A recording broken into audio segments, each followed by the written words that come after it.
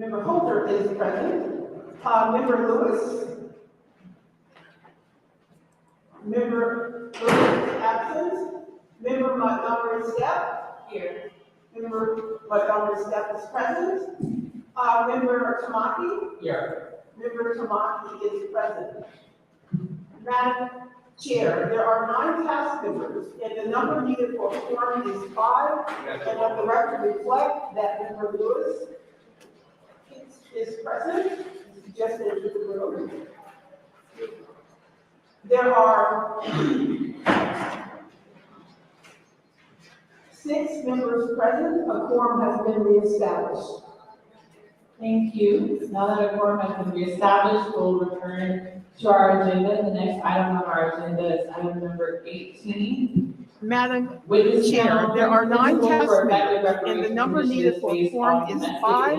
And let the record reflect that Member Lewis is present. He just entered the room. Listening. There are 6 members present. A quorum has been reestablished. Thank you. Now that a quorum has been reestablished, we'll return to our agenda. The next item on our introducing our first witness, which is Michael Colson. He's here. He's remote, joining us remotely.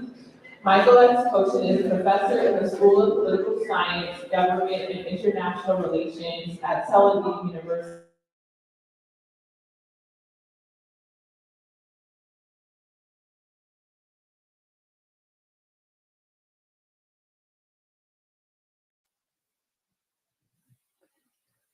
We'll now turn to introducing our first witness, which is Michael Colson.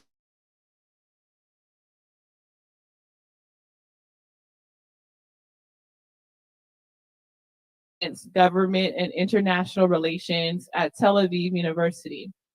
He received his AB in mathematics from Harvard and his at 19 from Harvard, and his MA and PhD in political science from the University of Chicago. He has held visiting appointments at Yale, Princeton, Toronto, Claremont McKenna College, and the Catholic University of America. Professor Colson has written widely on the comparative analysis of institutions, political thought, political economy, politics, and literature, and political rhetoric. He has published 4 books, including An Independent Empire, Diplomacy and War, in the Making of the United States with the historian Michael Taylor. Before Mr. Colson presents, in the interest of time, I'm asking expert witnesses to truncate their testimony. So unfortunately, I'm sorry about that because of our technical difficulties. So if you can, please conclude within 10 minutes. Mr. Colson, if we have him ready, he may present. Thank you. Thank you. Thank you for your time, and thank you for agreeing to take my presentation remotely. I say at the beginning, I speak as an American academic, a political philosopher, and historian of the United States, and not on behalf of my institution, Tel Aviv University, itself a recipient of Holocaust reparations. I was trained in political philosophy, that is to look for the questions not asked, and see asking those questions changes our thinking on the questions usually asked in public debate. My goal in the next few minutes is to shock you into thinking a bit differently about some very familiar questions. Now, the pressure for reparations from American slavery comes from 2 sides. First, from moral outrage. It is part of a legacy that in other respects and for other reasons, we Americans are not ashamed of but proud to claim, right? That is, as Americans, we participate and aim to perpetuate institutions, the union of the states, the Constitution, the free market, that a century and a half ago actively worked to hold innocent men, women, and children in wrongful slavery. Second, pressure for slavery reparations comes from the recognition of persistent caste-like inequality between the descendants of persons held as slaves in the United States and other Americans. As I wrote in 2018, summarizing other people's research, the descendants of American slaves with shorter lives than other Americans are less likely to have stable families, are more likely to be victims of violence, have lower incomes, less wealth, and lower levels of educational attainment. As Americans, dedicated, as Lincoln said, to the proposition that all men are created equal, this persistent inequality outrages us. This outrage is all the worse because it is incoherent. It is incoherent because we do not have a current term or word that marks out the people whose unequal condition today outrages us. The relevant category is not a racial category. We do not feel the same obligation to mitigate inequalities toward Black immigrants and their descendants, even Black immigrants from other places outside the United States, where Black men, women, and children were held in legal slavery by whites or Europeans. The peoples whose relative deprivation outrages us are not an organized community or people separate from other Americans. We are not speaking of a nation or of what in political science is called an intentional community. We all know or should know the exchange from Jordan Peele's 2019 horror movie, Us, a film that is an allegory of the relation between privileged and less privileged Black Americans. What are you people? Asked father to Black upper middle class family Gabe Wilson of their newly emerged clone rivals and enemies. And the answer comes, we're Americans.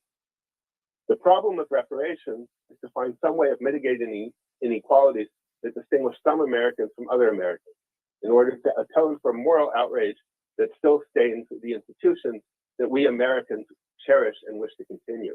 When we put the problem that way, we see that two frequently cited modern examples of reparations provide limited guidance in thinking about reparations for American slavery.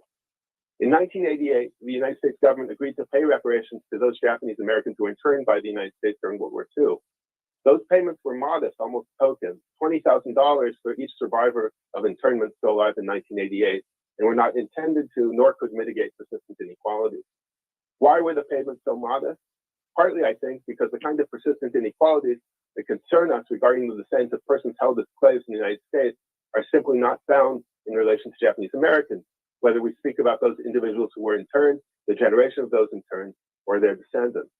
There's also the example of Holocaust reparations, which is cited in Ta-Nehisi Coates' well-known essay, The Case for Reparations. Those reparations were paid from one community to two other communities, from the German state to the Jewish community organized in various bodies, such as the World Jewish Congress and the Claims Conference, and from the German state to the state of Israel, the national state of the Jewish people. The whole point is to repair by compensation in money and goods the relation between one people and another, between Germans and Jews, and between the Federal Republic of Germany and the state of Israel, even when the recipients are or were individuals, and when their claim is calculated on the basis of individual deprivation by Nazi crime. This matters because the state of Israel could use the payments it received for the benefit of Jewish Israelis. It had a parliament, a government, and a bureaucracy to debate and decide how to use reparations for the common benefit of the Jewish people, the collective victim of Nazi outrages.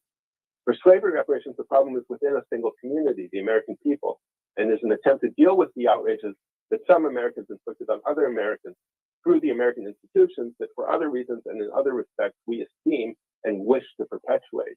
Unlike in the case of Holocaust reparations, reparations for American slavery, in whatever form it takes, will have to be worked out by the same institutions and for the same American people as both victims and perpetrators.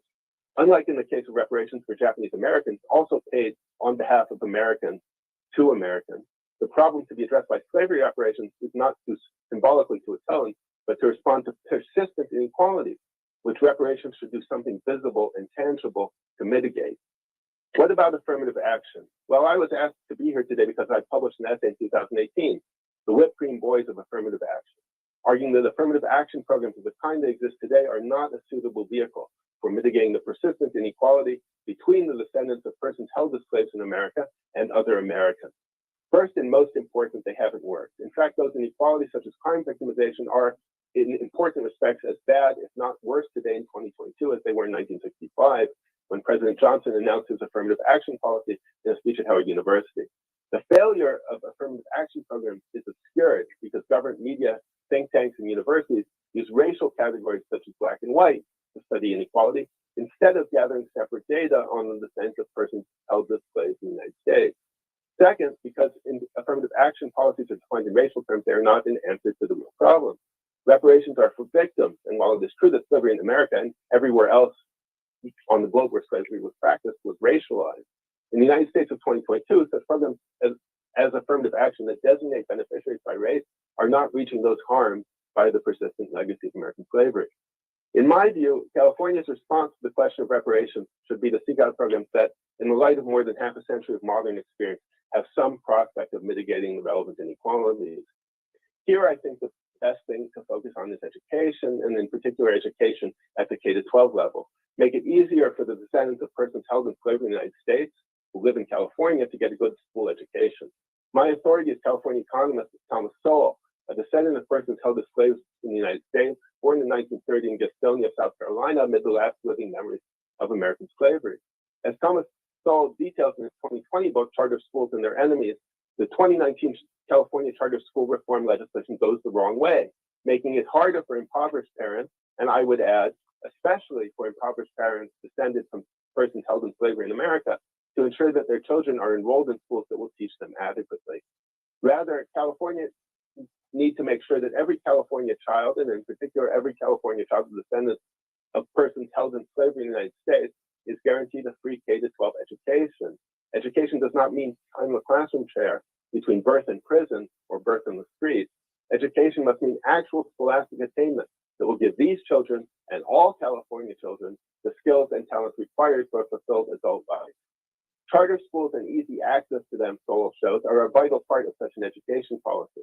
Because of the importance of school for remedying inequalities, California should annul or obliterate other public policies that stand in the way of educating each California child and descendant of persons held in slavery in the United States. And I speak as a unionized teacher, well aware of the benefits of unionization for teachers, especially uncommitted, distracted, or incompetent teachers.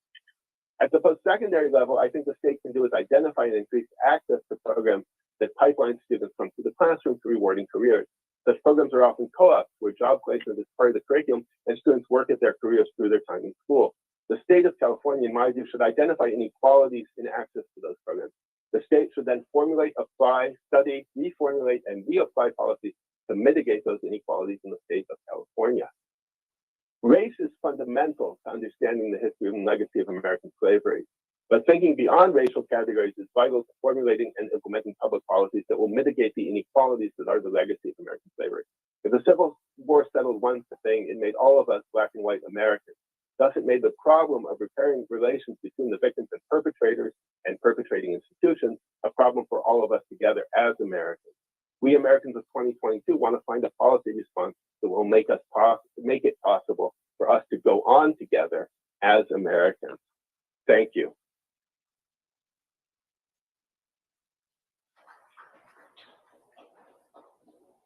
Thank you, Professor Colchin. Our next expert witness is Professor Jennifer Mason McAward. Jennifer Mason McAward is an associate professor of law at Notre Dame Law School and the director of the Clow Institute for Civil and Human Rights at Notre Dame's Coe School of Global Affairs. She received her undergraduate degree summa cum laude from Notre Dame in 1994, majoring in government and international relations and minoring in theology. Following law school, Professor Mason McAward served as a law clerk for Judge Alex Kozinski on the United States Court of Appeals for the Ninth Circuit, and then for the United States Supreme Court Justice Sandra Day O'Connor. Her scholarship has explored the history of the Reconstruction Amendments and the scope of Congress's power to pass legislation to enforce the 13th Amendment. I'm extremely excited to have you, Professor Mason McAward, and you may begin your expert testimony when you're ready. Thank you so much. It's an honor to speak with you all today. I hope that some of my work on 13th Amendment enforcement law will be of use as you continue to think through the appropriate role that the state of California can and should play in addressing racial disparities and inequities. Section 2 of the 13th Amendment gives Congress the power to enforce this article by appropriate legislation.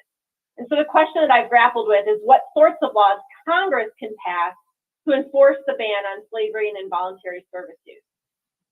So Congress has been empowered to pass not just direct enforcement legislation banning, for example, human trafficking, but also to pass all laws necessary and proper for abolishing all badges and incidents of slavery. And that concept of badges and incidents of slavery, which appears in your own work as a task force, originated with the 1883 Supreme Court decision in the civil rights cases. And it's since taken on canonical status as the outer boundaries of Congress's 13th Amendment enforcement power.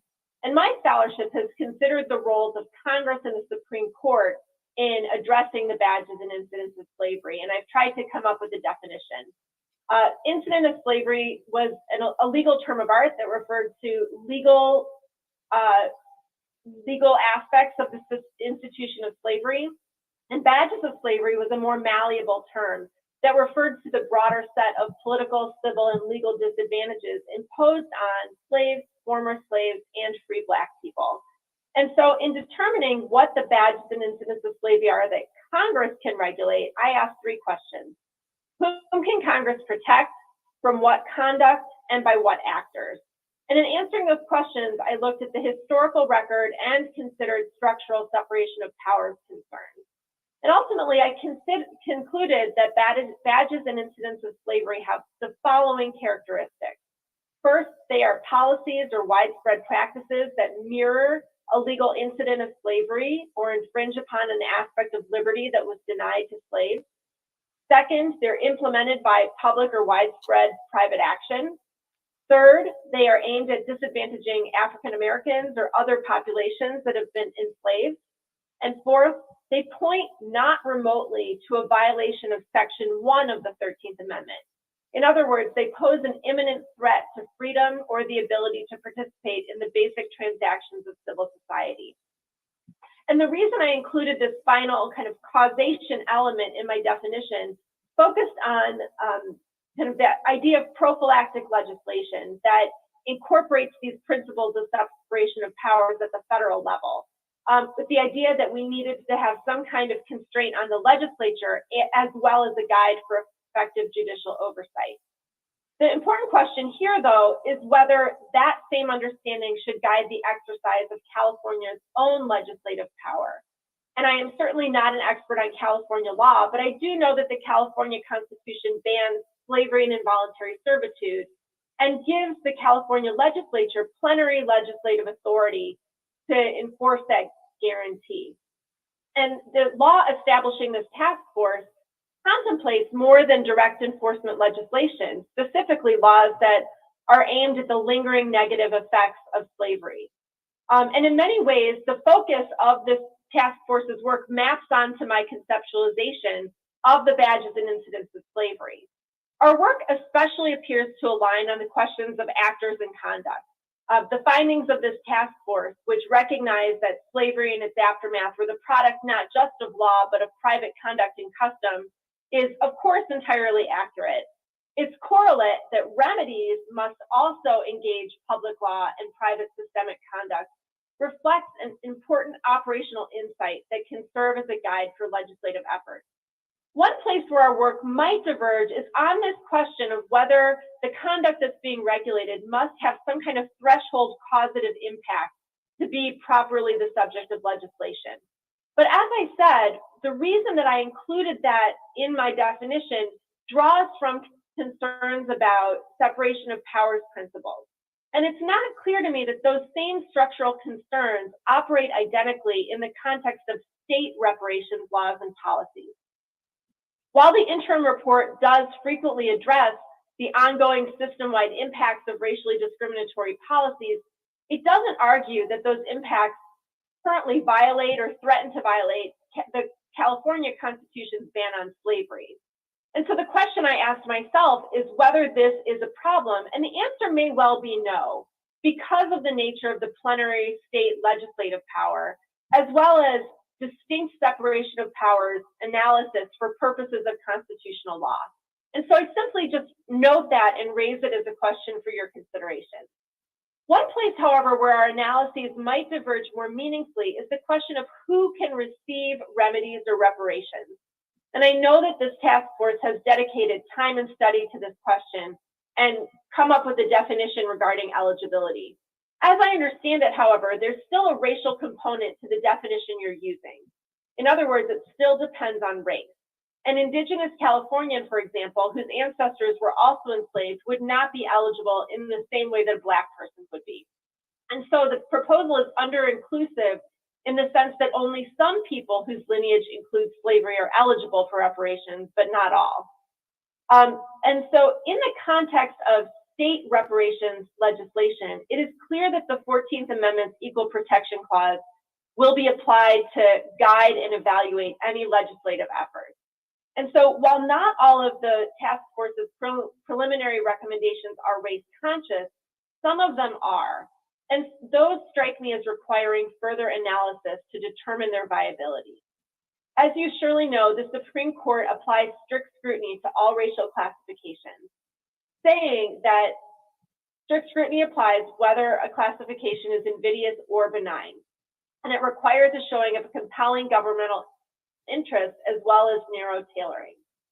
In a series of decisions, the court has rejected the idea that government can use race-conscious action to remedy societal discrimination writ large, and has criticized that as an overbroad remedial interest.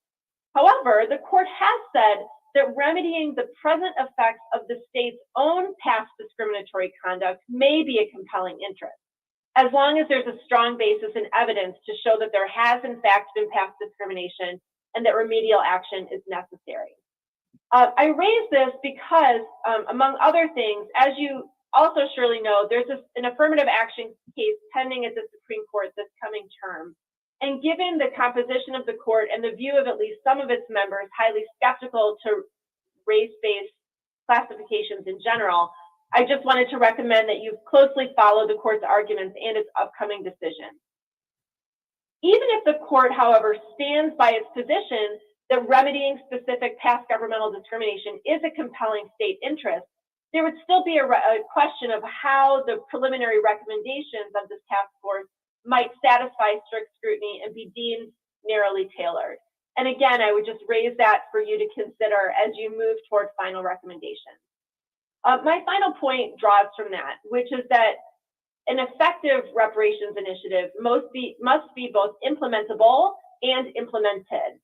And so even if you were to conclude that all of your proposals would withstand scrutiny, I just would think that you would also want to use as a criterion the likelihood of litigation. To what extent would something be likely to draw a legal challenge? Even if it wouldn't succeed, what would be the financial and logistical cost of advancing a particular recommendation versus the benefit of having it in place ultimately?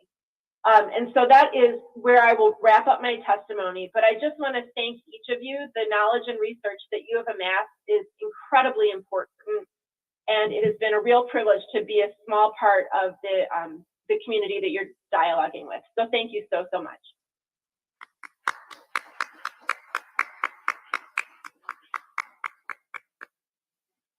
Thank you, Professor Mason McAward. We had another witness lined up who would have been Mr. Alex Amaichi Ujugwa, who is a PhD at the University of Akwa in Nigeria, but he is no longer able to make it. And I'm looking back at the agenda, we have, that would place us actually, it's 2 o'clock right now, so we have 30 more minutes for this agenda item.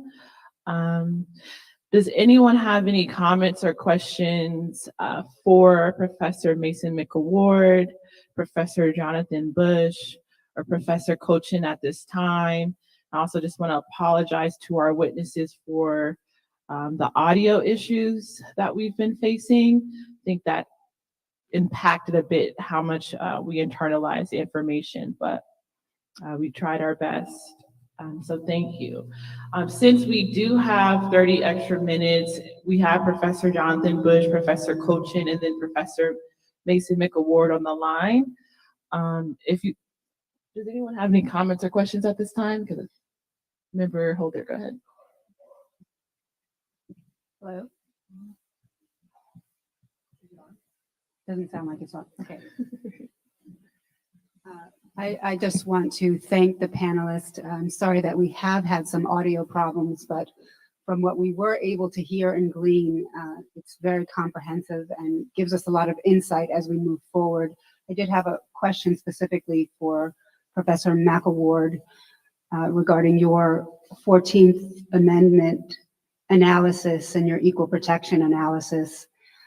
I'm specifically thinking about guarantees of non-repetition, which is, I don't know if you have been listening to the international perspective on reparations. and the scholars that have spoken about that today. But one of the important international conventions for a reparations program is ensuring that there are guarantees of non-repetition. And I wanted to get a sense from sort of a constitutional perspective, how that can be synthesized with the 14th Amendment and equal protection, because it's forward-looking, it's prospective. So you're not looking at present-day discrimination, you're almost looking at creating programs that safeguard against future prospective discrimination. And so from a constitutional perspective, and from a strict scrutiny lens, how do you think that would play out? Thank you, Member Holder. And I note that we are both NYU Law School graduates, so it's a particular honor to speak with you. Likewise. It's interesting thinking about non-repetition guarantees. I think typically we would think about that as kind of injunctive relief that could get entered in the course of a lawsuit. And I think it's an excellent point to think about how that would play out in a more legislative context, to think about how programs can safeguard against backsliding. So my work has focused on kind of this idea of prophylactic legislation that can address something more than simply an actual constitutional violation in order to protect against future constitutional violations. And that strikes me as somewhat similar to what you're talking about. But the question then is, how would that play out if a kind of prophylactic type of law were to be passed and then challenged under the Equal Protection Clause? And I would have to think more about it. But I guess the concern that I would raise is, given this current court's deep skepticism toward any racial classifications, I just think that the law should be really as cleanly structured as it can be, in order to try to avoid as much litigation as might arise from it. But I'd be happy to think through that more clearly and comprehensively at another point. Thank you.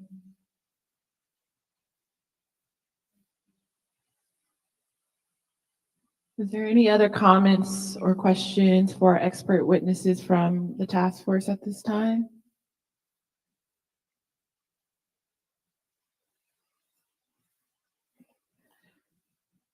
I want to thank Professor Bush, Professor Colchin, and Professor Mason McAward for your expert testimony. Everyone give them a round of applause.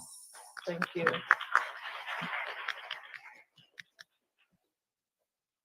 Okay, so it is 2 o'clock. Our next item on the agenda is break, which would have occurred at 2:30 to 2:45. So now I'm turning to the task force for any advice or counsel. Should we take a break now or move forward with the agenda, which would be planned for future meetings, including schedule, whether virtual, and subject matters to be addressed? All right. Move forward. Okay, so we're going to move forward with the next item on our agenda, which will be facilitated by the DOJ, with comments from myself and Jovan Scott Lewis.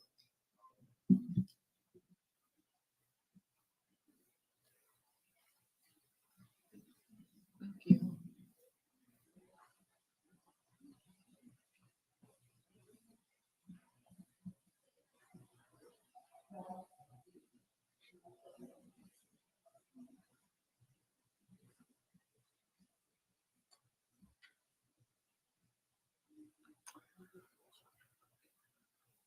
Okay, are the slides able to be put up? We may need the extra time, so. Thank you very much. So in this agenda item, I plan to present to you a few slides about the remaining work, combined with a follow-up on the discussion we had yesterday regarding advisory committees.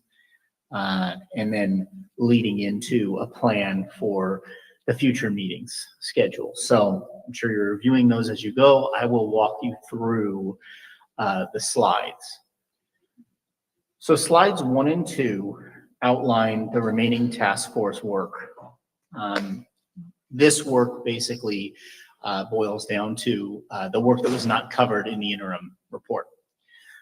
So what this work includes, first and foremost, redressing the harms covered by each chapter of Report 1 through specific remedies. I'll come back to that, but essentially in plain language, that is taking the issues that the experts, the economics expert team talked about yesterday, converting that into concrete recommendations and the hard numbers around what reparations amounts are and how those reparations should be delivered.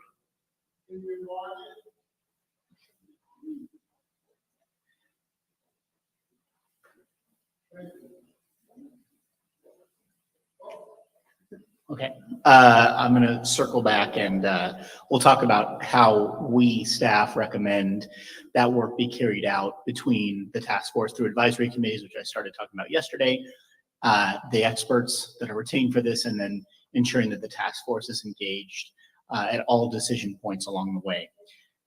The second issue is somewhat dependent on the first issue, which is what other forms of other restitution and rehabilitation are warranted.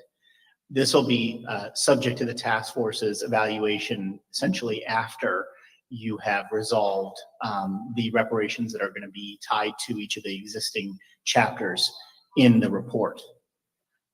The next item, and this goes to the next page, number 5, is the elimination of racist laws and policies.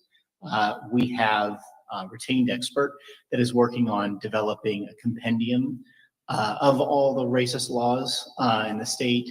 We're working with them to work through how those are delineated, how they're categorized, and then there will be a recommendation pursuant to the statute from the task force about how those laws should be eliminated.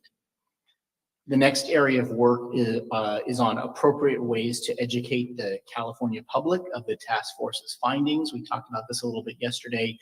There's been some ideas around creating curriculum so that the task force report can serve as a basis for educating children of all ages up through college. We are, as you can see, recommending that the task force instruct the Department of Justice to retain an expert to work on this. And finally, the last thing is how and what form a formal apology should take. That is going to be something obviously that the task force will work through. So that is the remaining workload following what's set forth in AB 3121 that was not covered or addressed in the interim report. Does anybody have any questions about that?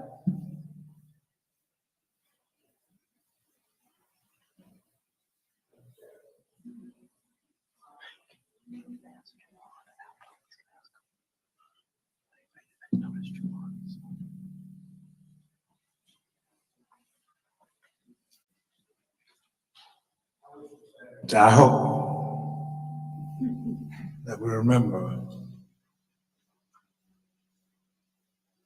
that we carry in our pockets, our personal possessions, AAA card. Whenever you need AAA, after your car is broken down, they will always ask you, are you in a safe space? And we say yes or no. It's very obvious from the discussion, from the responses here. We're not in a safe space when it comes to acknowledging that the crime against the humanity of Black folks was wrong.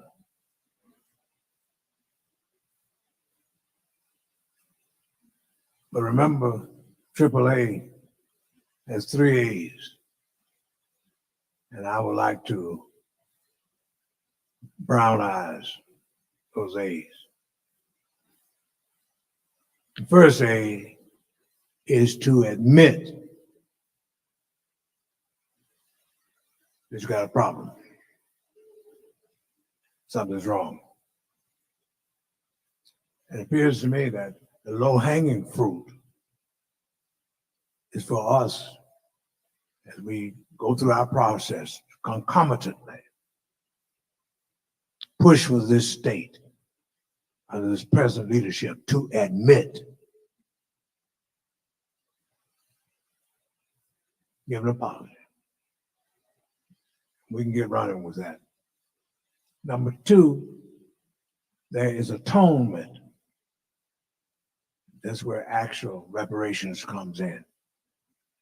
You have a plan, like it was for that little man, Zacchaeus in the Bible. He told Jesus, the prophet of Nazareth, that if I wronged anyone, I'm going to pay back fourfold. That's reparations. And the final A is action. Action. And I think on yesterday, we got the action plan moving to make sure that every member of the Assembly and the Senate has a copy of this report, and including the governor. And that will get us on the road toward some action. And then that's when all of us in the community who are really upset about this thing, you get involved too with some action. And that means getting all the sectors of our African-American community and our allies to start respectfully, peacefully, sensibly, factually, asking them to support reparations in this state.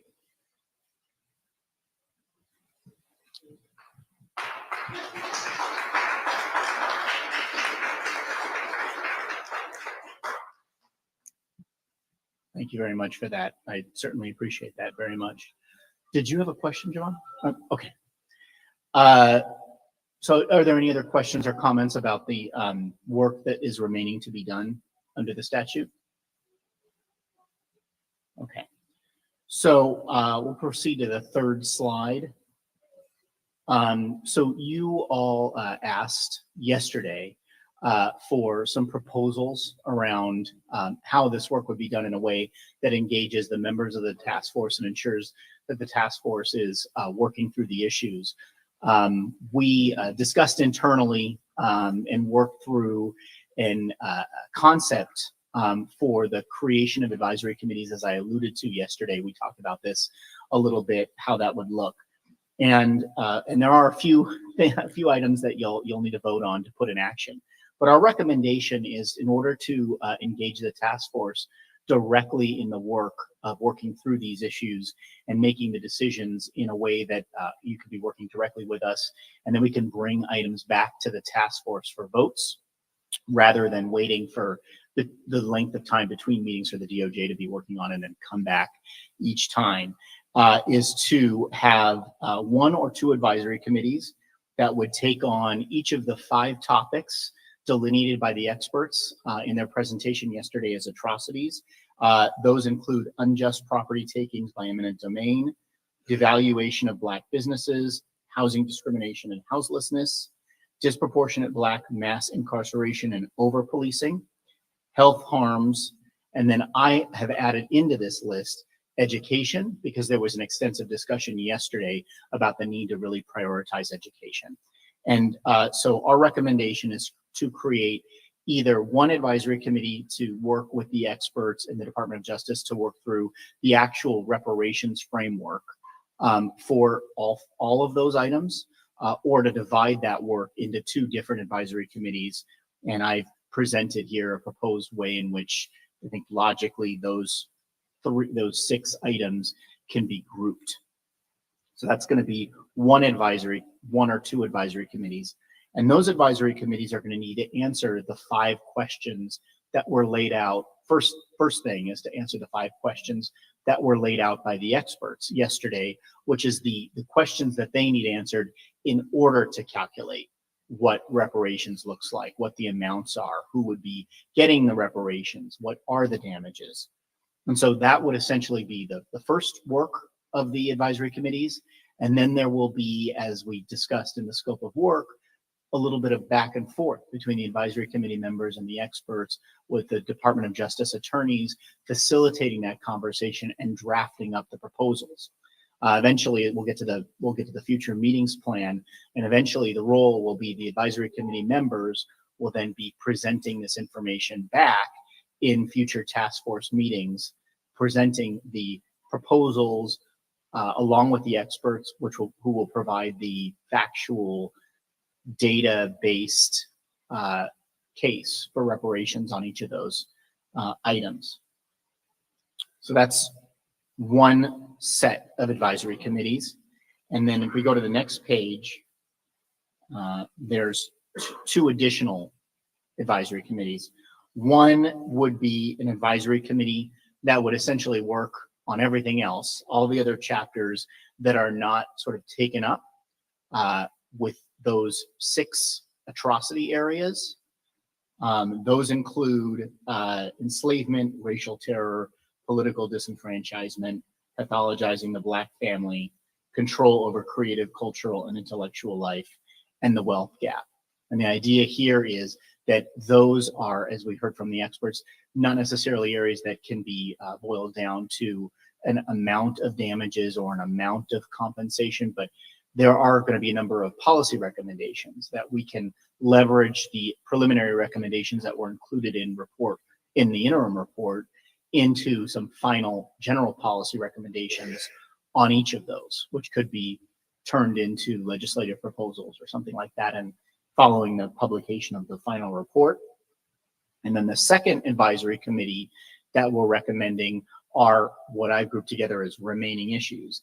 And that includes how we eliminate racist laws and policies, what are appropriate ways to educate the California public on the task force's findings, and how and what form a formal apology should take. And each of those are rooted in one of the components of AB 3121. I'm trying to make sure that we check every single one of those boxes in that statute.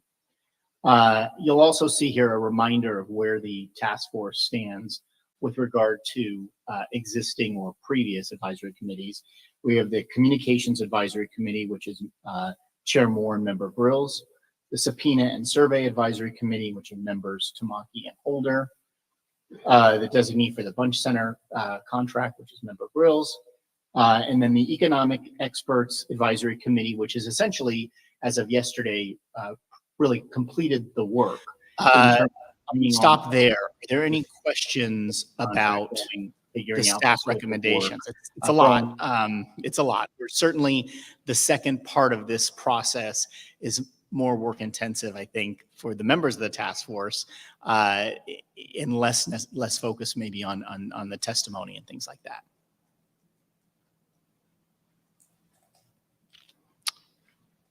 Are there any questions? Yeah. I mean, Camila, you have anything you want to say first, or you all right? Okay. Your mic's not. Can you not hear me? Now I can. Oh, you can? All right. So thank you for the recommendations. I think, I think I understand. I understand the kind of the argument for the economic expert, Chair Moore and myself, that stage of the work being done.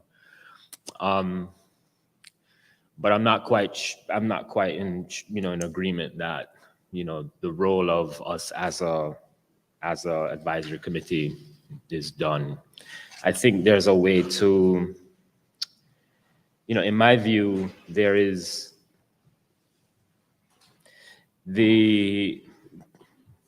let's make sure I'm understanding myself here. Okay. So on the first page, you have you know, the two categories that comprise about 3 areas each. So this is the previous slide. So the staff recommendation, the first, yeah, that one. So I'm in total agreement that I think there should be a, you know, an advisory committee for that first cluster, an advisory committee for that second cluster. What I don't necessarily agree with is that the role of those advisory committees is actually to answer those 5 questions. I think the role of those advisory committees should be to further probe those areas. You know, my concern is that there really is like a tick box approach to some of these things, and we're really not getting into a certain level of depth of what we're talking about here. So for example, let's just look at those first 2 clusters. You know, some of the kinds of questions that advisory committee could work with the economic experts on is saying, well, let's, you know, how can we identify all complicit parties in these acts? These aren't really questions we've even really asked, right? You know, how do we think about the variances and calculations between one activity and another? So these are the kinds of things that I think an advisory committee should actually work with the economic experts on. I think a third advisory committee, which could perhaps be, you know, Chair Moore and myself continuing in our current role, you know, to actually, you know, work on those 5 questions, right? The kind of parameters, that kind of thing, because that would also have to be looked at from, I think, somewhat of a higher scope, you know, to kind of think about, well, how do we think about qualification, damage timeframes across all of these different areas?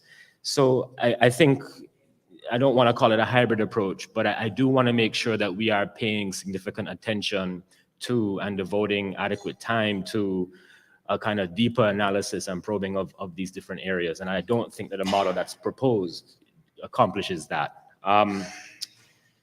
So I just wanted to kind of put that out there, you know, as an alternative to this. And I think, just jumping ahead quickly, I have a question about the hearing schedule. I know we haven't gotten there yet, but that's not the hearing schedule that is in the agenda materials or that Chair Moore and I submitted. So I'm not sure, you know, what this one is. And the reason why I asked that is because the proposed hearing schedules that Chair Moore and I came up with actually did, I think, in a detailed manner, agendize some of the remaining responsibilities or issues. And so I just want to make sure that I understand what this proposed hearing schedule is meant to do in relationship to that, because I think that would have some consequence on how we portion out some of the work.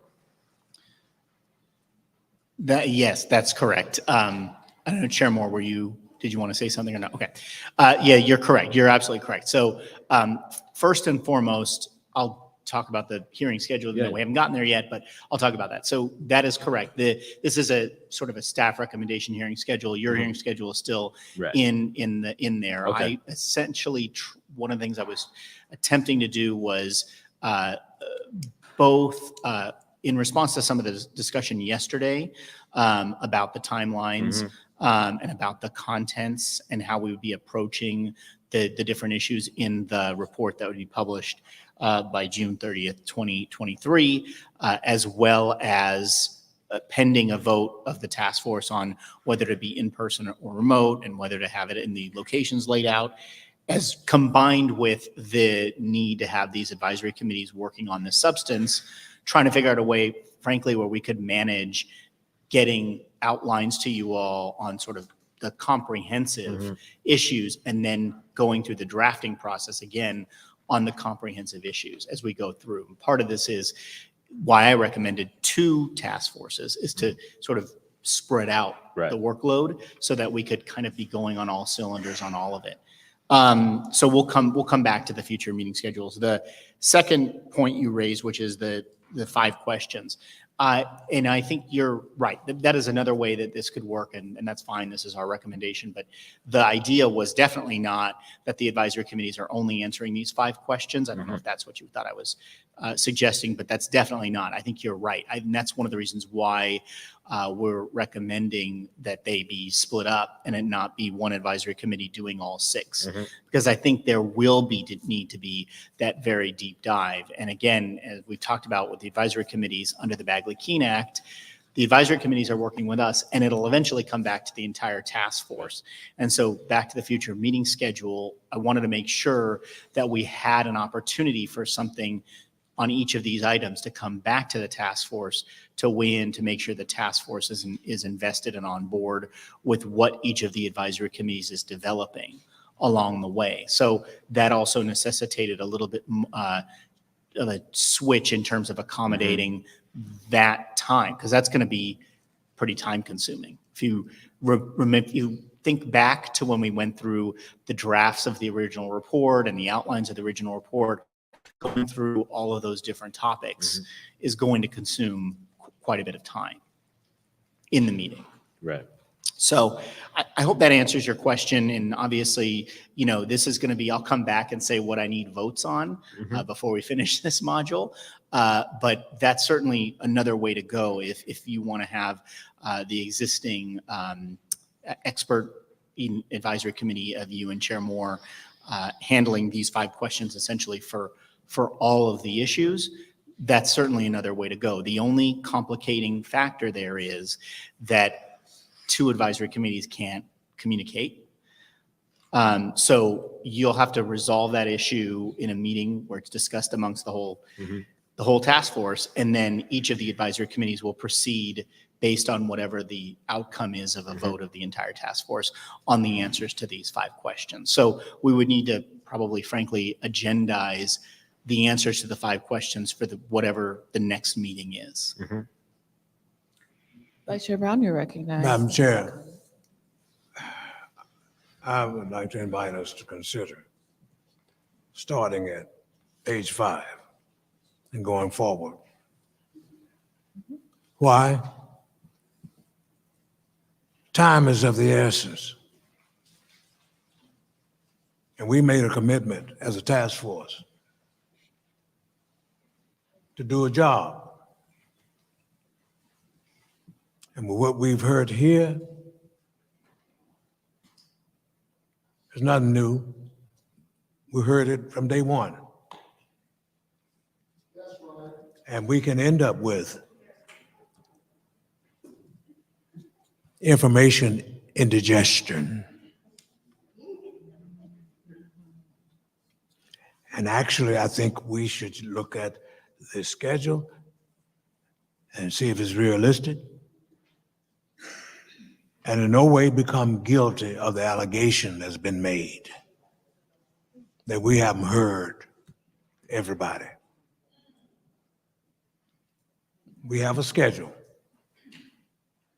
And my appeal as vice chair is that we would do all we can as humanly possible to move forward. Why family? Let's face the reality of the present political climate in this nation and this state, and I would say even worldwide, with this populist movement stuff.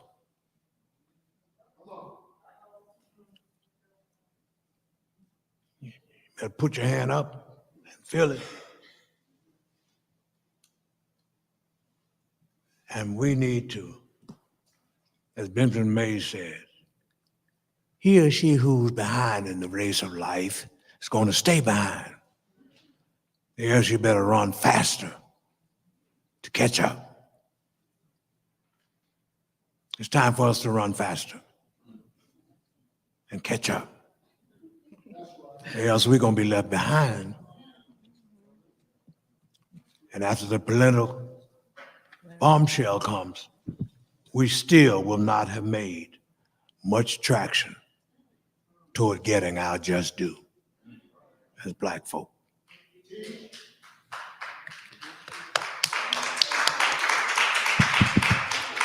Okay, and I'm making an appeal as chair, since we are ahead of schedule, that we actually take advantage of our break.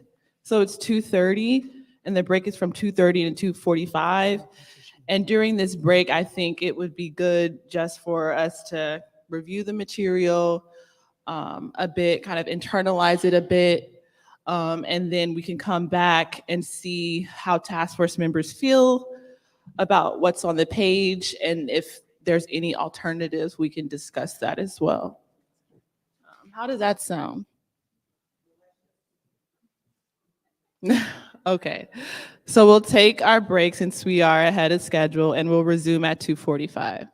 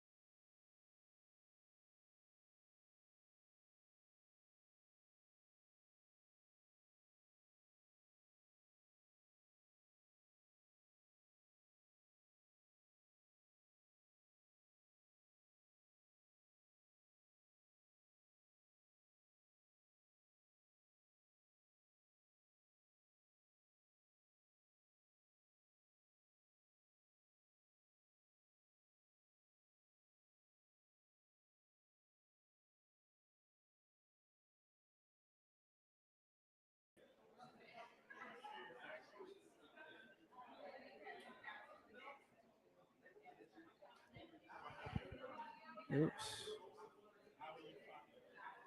All right, family. What's going on? We have Josiah in the building, as you guys can see, family. They're taking a quick break. This is live in the building. So yes, Immune the Mass Media Group is here at the California Reparations Task Force 10th meeting in the building. We have the man himself, Josiah, brother. Can you say what's up to the family, man? What's going on, fam? How y'all doing? All Peace right, and reparations. peace and respirations. Okay, brother. So, for the people that don't know, you can give a little 1 minute, 2 minute introduction about yourself, and then, we'll probably talk about the Bay Area, see what's going up on the Bay Area. For sure. So my name is Josiah Williams. I stated I'm with the Coalition for Just and Equitable California, organizer, as well as the American Redress Coalition of California. I've been with CJEC and ARC pretty much since the beginning. Like we have been working together on this reparations effort since the start, since before it was actually AB 3121, when it was AJR 21. And actually prior to that too. So we've been working together on this. We've been through it throughout the whole process. There was a lot of changes we had to work on to get made to help, make sure that it was going to be legitimate for our people. And we're here today, based off of, a team effort, everybody working together. The goal is really receiving reparations and transformative justice. We're not out here trying to get $1 million mansions, or benefit ourselves. We're really out here trying to change, the conditions for our community, and, anybody who's watching, tell some people about it. We want to get more people involved to help make this change. So, it takes all of us to do this, right? So we need all the help we can get, it's live now, right? We was talking about it, now it's here. Let's join together and make sure we can get reparations for our people. All right, so man, what's going up on the Bay Area, man? Is there anything that's going up in the Bay Area, news-wise, reparation-wise, or anything you want to tell the family? Oh, sorry, it's a little hard to hear you, family. Okay, so like in the Bay Area, like what's going on in the Bay Area right now, reparations-wise, political stuff-wise? I know, Okay. We have elections coming up. Anything going on in the Bay Area that you want to let the family know? So I mean, there's a task force in San Francisco. There's a reparations task force in San Francisco. They're working on one in Berkeley. I believe they're working on one in Berkeley. There's different city, reparations efforts that's going on. We're working in the Bay of, getting involved in, and we actually met with the San Francisco, some of the members of the task force recently, and we want to continue to do that as well. And build more relationships. In regards to Berkeley, we haven't connected with them yet, but we will be soon as well. We're going to be trying to follow, pretty much any reparations effort that is happening. We want to be keeping eyes on it and basically adding our input, because we want to make sure, that it's going to be legitimate. We don't want to have anything put forth that's labeled as reparations that could end up being overturned later on. So we want it to be legitimate. We need it to be lineage based. So in regards to reparations, that's what's going on right now. All right. So you spoke about lineage-based reparations. Yes. Why is it important that people who descend from U.S. chattel slavery, why is it important that, I guess, those individuals receive reparations instead of just being an all-inclusive kind of flat blackness? Why is that important, lineage-based reparations? So there's multiple reasons.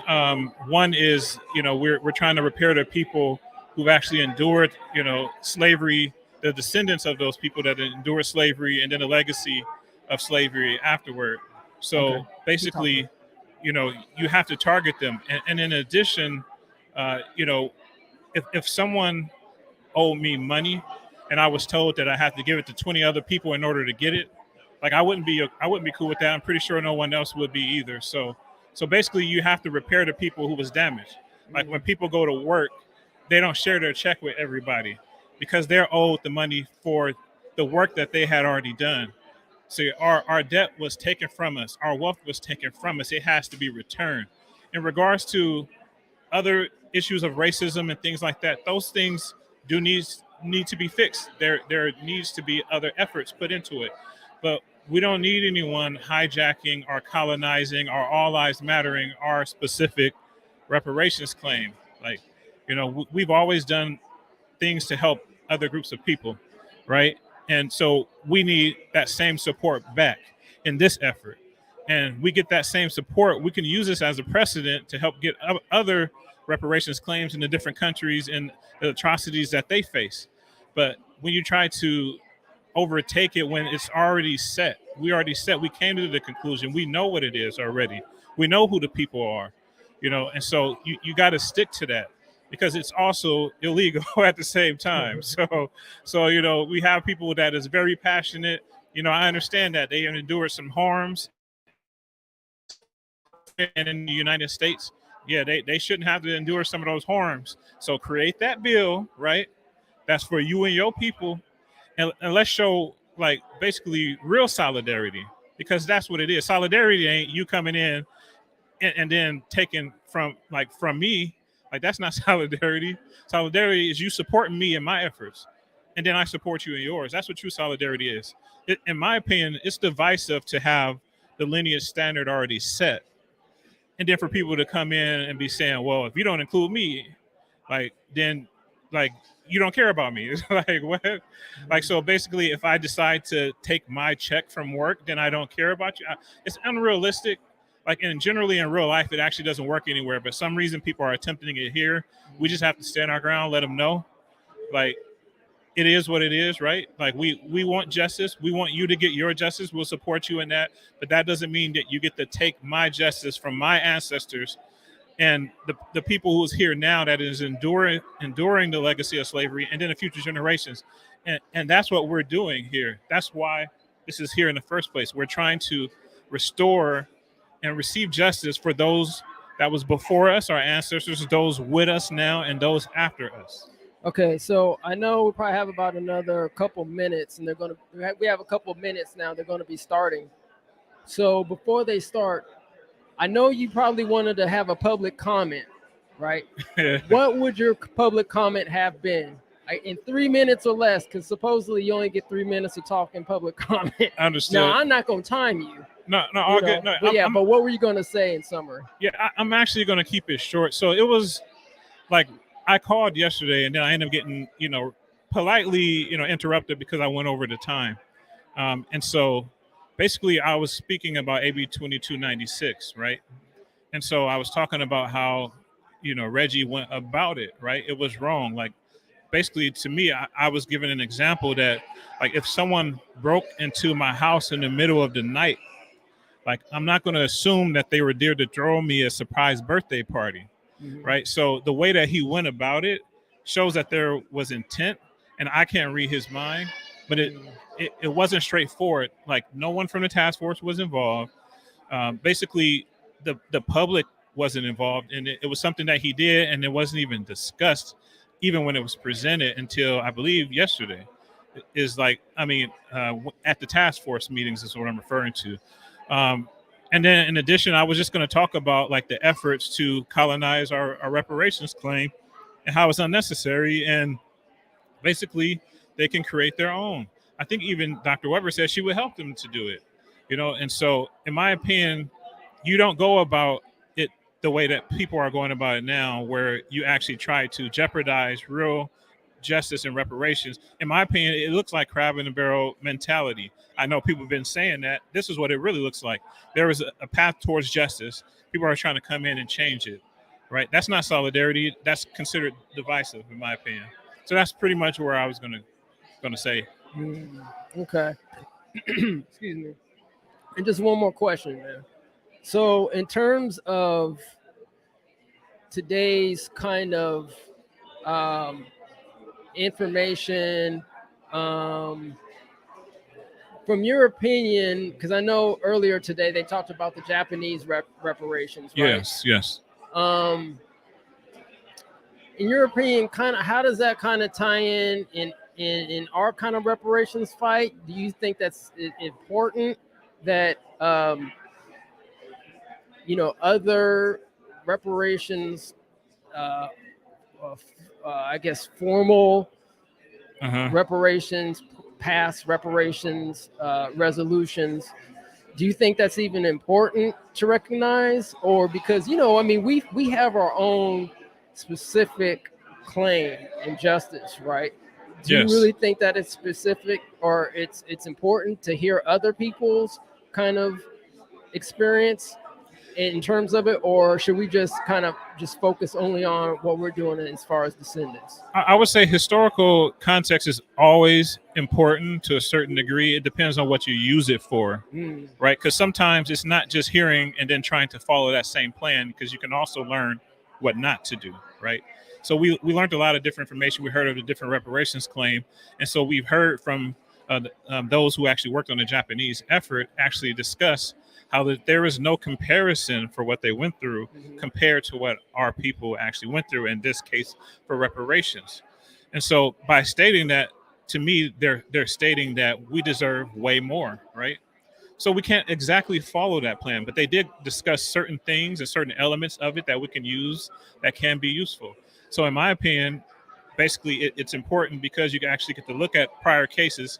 And then also it shows that it can be done, right? But just because something was done a specific way don't mean you have to do it for every case afterward, right? So we just have to adjust to what our needs are and understanding the climate of today and the conditions of our people today, so that we can actually create the best plan that's going to be able to actually do the transformative justice that we're trying to achieve and why we're all here in the first place. Hey, we got somebody in the building. Get in the camera. Come over here, Darlene. You gotta say what's up to Darlene. What's up, Darlene? going on, How you fam? doing? Gotta say what's up to the people. We're on live. Okay, what's up, world? What's up, people? Reparations now. Right now. Today. So Here's my checking account number, my routing number. So Reggie said don't say that now. So who said that? Reggie? Yeah, we debt collectors though, so we collecting We the really debt. don't care what Reggie has to say. Speaking of is Joan Sawyer here? Is Assembly Member Joan Sawyer? Is he here today? Or no? I didn't see him. I don't know if he went back to Iceland. I don't know. Oh, is he here? Is he here now? Oh, he came back that quick. That was a quick trip. Oh, wait a minute. Can you get a picture of him? Do you have it on your camera or no? I don't know. Did he come back? Or good? I need to know what time he graced us with his appearance. Yeah, because he wasn't here this morning. No, he wasn't here at all. Because I wanted to talk is to he him here? a little bit. Okay. You got a picture of our fellow brother Joan Sawyer in the building? Well, that looks like Bradford. That's Bradford. That's Senator Bradford in the building. What's up, Senator Bradford? Oh, don't do Bradford like that. Yeah. Dang. That's Kim, we thought that was. I was like, I knew he wasn't here. Okay, y'all. This is behind the scenes. There's Dr. Grills and. Okay, we back. All right. Thanks, Darlene. We appreciate you. What's up, brother? How you doing, man? Huh? Let's get him real quick before we go. You want to interview real quick? Okay. All right, you go ahead. You want to have a seat here? Yeah, go ahead. Have a seat. How you doing? What's up, Bobby? How you doing, man? Good. How about you? Morris Griffin, better known as Big Money. Okay, Strong Big Money. community activist, leader, problem Okay, I see you strong. I see you strong too. That handshake is for a young man. You strong too. All right. Well, you guys are on live right now, so you want to say a little something? Let me get my paperwork though. I gotta have my paperwork because I want to be able to share documentation of substantiation and verification of the information. You got about 2 minutes because no, we're gonna be this is starting. too short a time. Okay. So Yeah, maybe we can get it later. Okay. Drop it like it's hot. Okay, man, we can get it later. Okay, man. All right. All right, family. So once again, we're going to have somebody else come online, but it looks like he wanted to present some documentation. So thanks everybody for coming out for this halftime session. I hope everybody's enjoying. I don't even know what happened today with the earlier today, but we're going to be putting some behind the scenes information. Hold on, let me get the camera. This is live and direct. Hold on a second.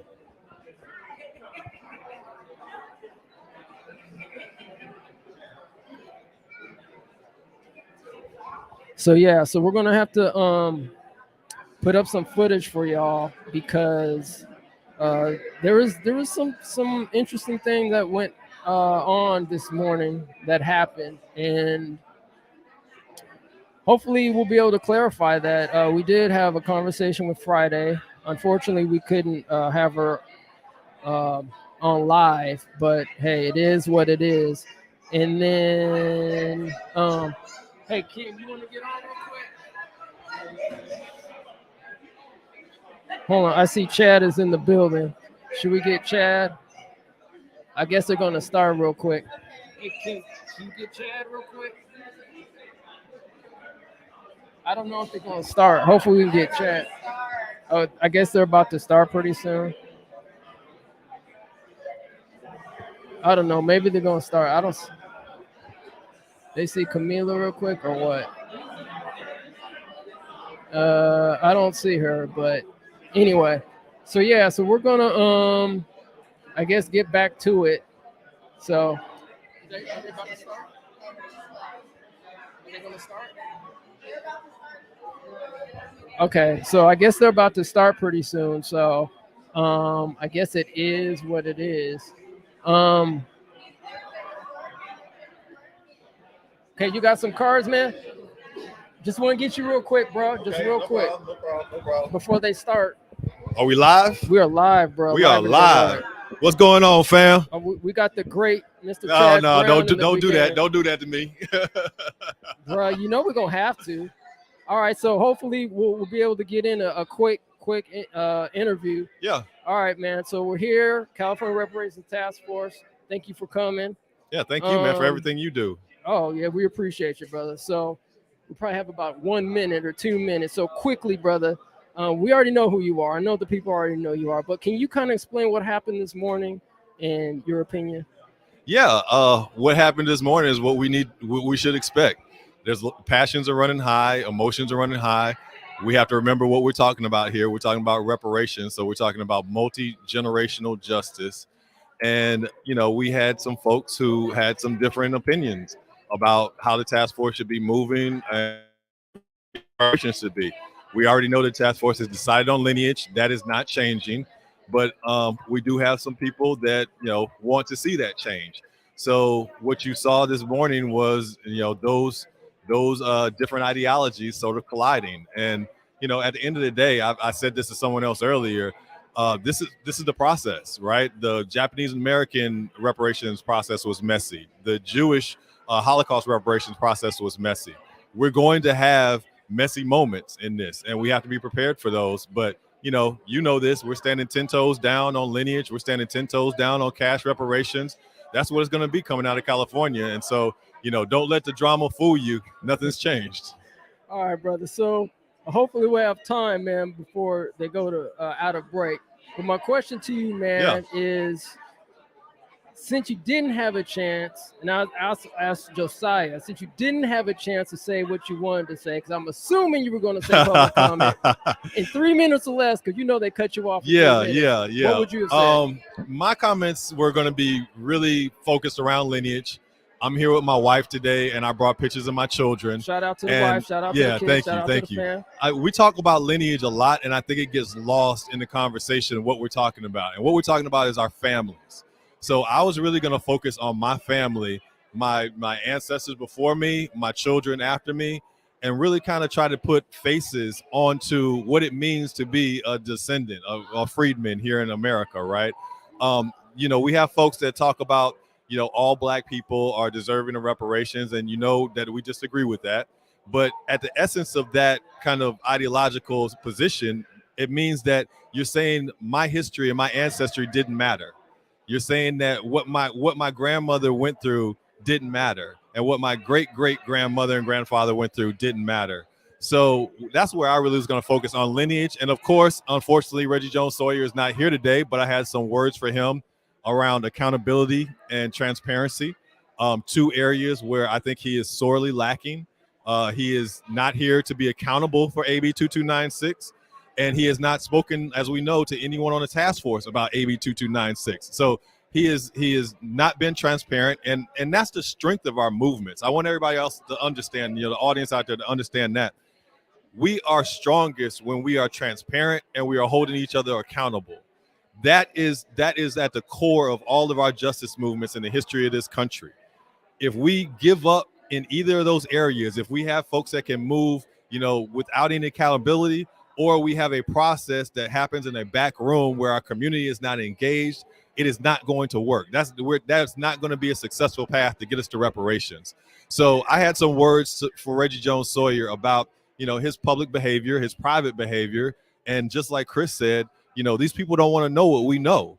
We like, you guys are on the teams, you're on the advocacy teams and the outreach teams, and what I know about, some of the things that have been happening, and, some of the things that have been publicly done, some of the statements that he's made, that have been just disrespectful, not only to other task force members, but to our lineage on whole, right? I will never get over the fact that he said that if you came over in a slave ship or on a cruise ship, we're all in the same boat now.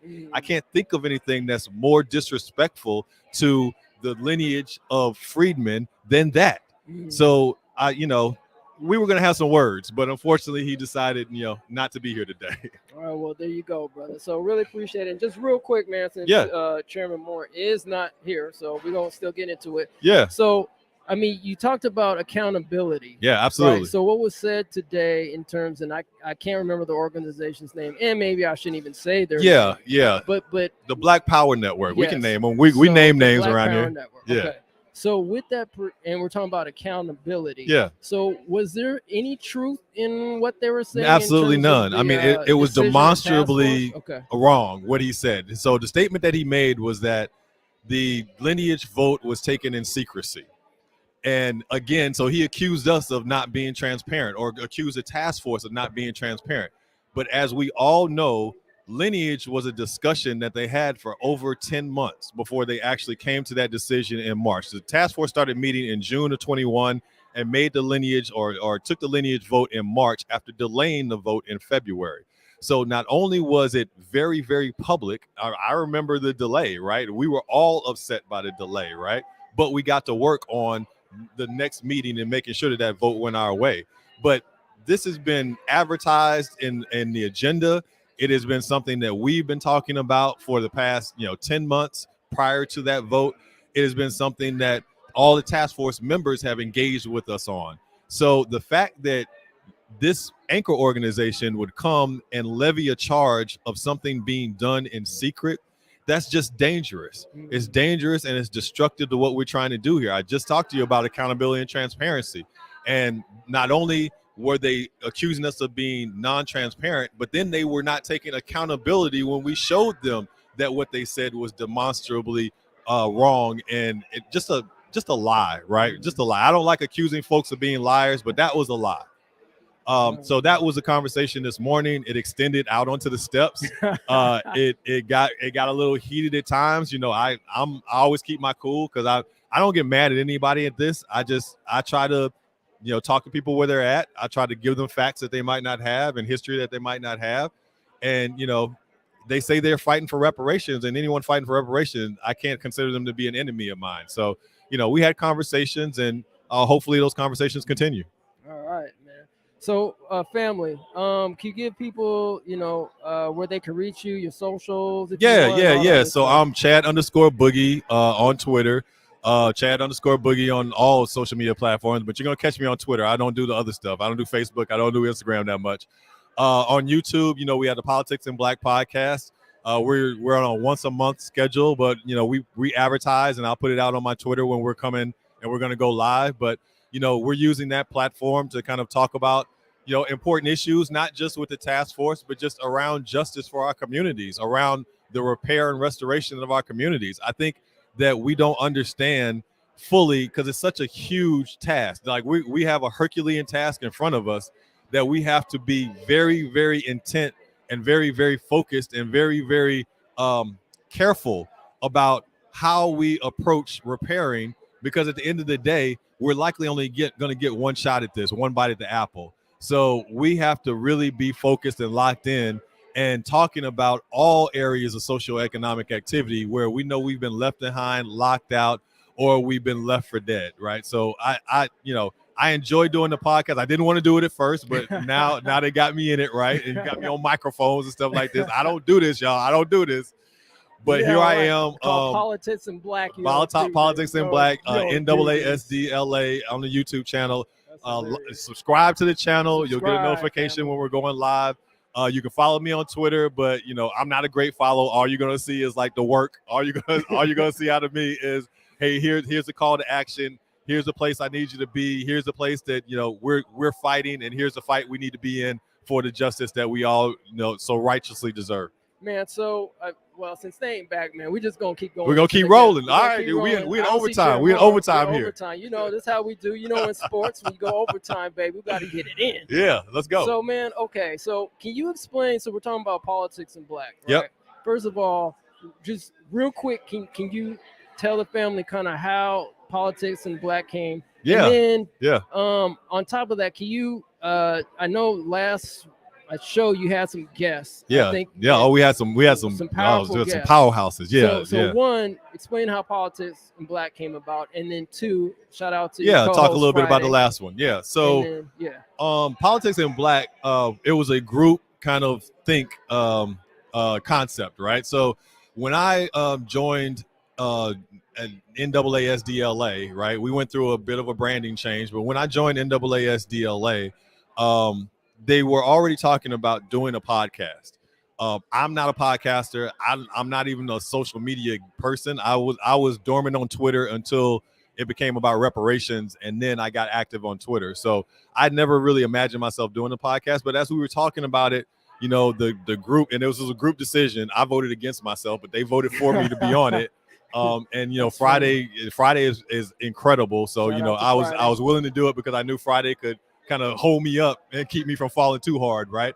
But politics and black came out of NAASDLA, and the concept, like I said, is that we want to cover in a really honest way from our perspective, from black grassroots. We want to cover the things that are impacting us. So on the last show, we had Ron Wilkins, we had Skip Townsend, and Judge Joe Brown, and the conversation we wanted to have with them, which we did, I think we had a great conversation, was around the history of LA gangs and gang culture here in Los Angeles.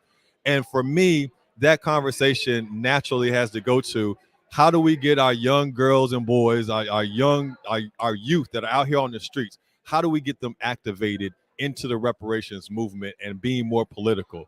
Because as we heard from Ron Wilkins, as we heard from Skip Townsend, that used to be the case.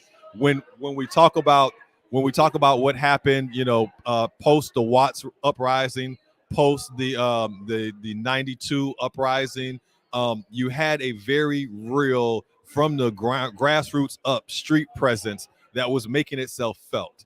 It was pressuring in a way that some of us can't pressure. I know I'm I'm a LA transplant. I'm not going down into the hoods except to talk to people, but I don't live there, right? I don't know these streets like that. I know streets, but I don't know these streets. So I don't play around with stuff I don't know, right? So, but I know I can go down there, I can talk to these young boys, and we can see if we can get them to understand, hey, don't tear up your own, right? If you're going to tear up, do it with a purpose. Yep. And that's what we heard from Ron Wilkins. That's what we heard from Skip Townsend and Judge Joe Brown, is that there was a time when it was burn, baby, burn. But there was a purpose. There was a purpose behind that. There was a purpose behind that, because we were, look, they say, I don't even like, uprisings are the voice of the voiceless. Yeah. So the uprisings that you saw in Watts in LA, that was the voiceless saying, we will be heard. And I have no issues with that as long as it's with purpose. And there is a goal that we are attempting to reach. Don't just go and tear up your spot and tear up your streets just for to say you did it, right? Or just to get the new TV or something like that, right? Well, Chad, actually, we're about to get back. But I want to say, man, we're actually going to have a show tomorrow on Mississippi. Yeah, I know. Yeah, get me on. Time. Yeah, I'm around tomorrow. We're going to have part 2 Let's tomorrow. talk about the hometown, man. Talk about the SIP. So I want to talk. Much love to the SIP, by the way. Yeah. To the family back home, man. I love y'all. If you see this, I can't wait to get home, man. I miss Mississippi, man. I miss it a lot. Yeah, we're going to go back in a little bit of Jackson, and then we're actually going to talk also about Obama. It's cool, man. Well. That's cool. Yeah. Yeah. So thanks, Chad, for brother. through, Appreciate man. everything you do. Yeah, Moya, Kim, ETM, CO, everybody that's working, spreading the word, man. This is important. ETM, and I said this before, the first and sometimes only media source that's been covering reparations in California, the AB 3121 task force. SB 189 and disaggregation. You guys have been doing an incredible job from the very beginning. I appreciate you. Keep on doing what you're doing. Peace, peace, peace, family. Nice, brother. Anytime. Yeah, we're gonna watching that. yeah, you can put it on the replay. Okay. On the replay.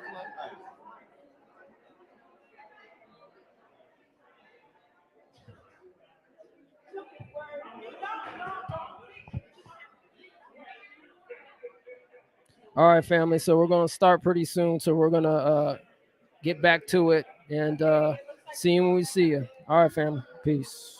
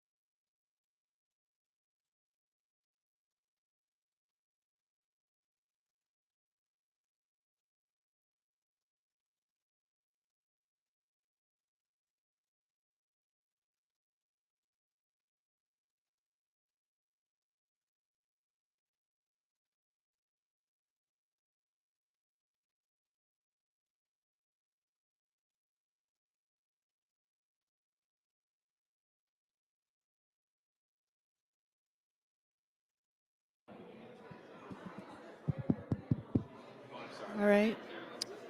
Thank you. So we'll resume now. I need everyone to quiet down so we can resume our agenda. And I'll turn to Parliamentarian Johnson so that we can establish a quorum.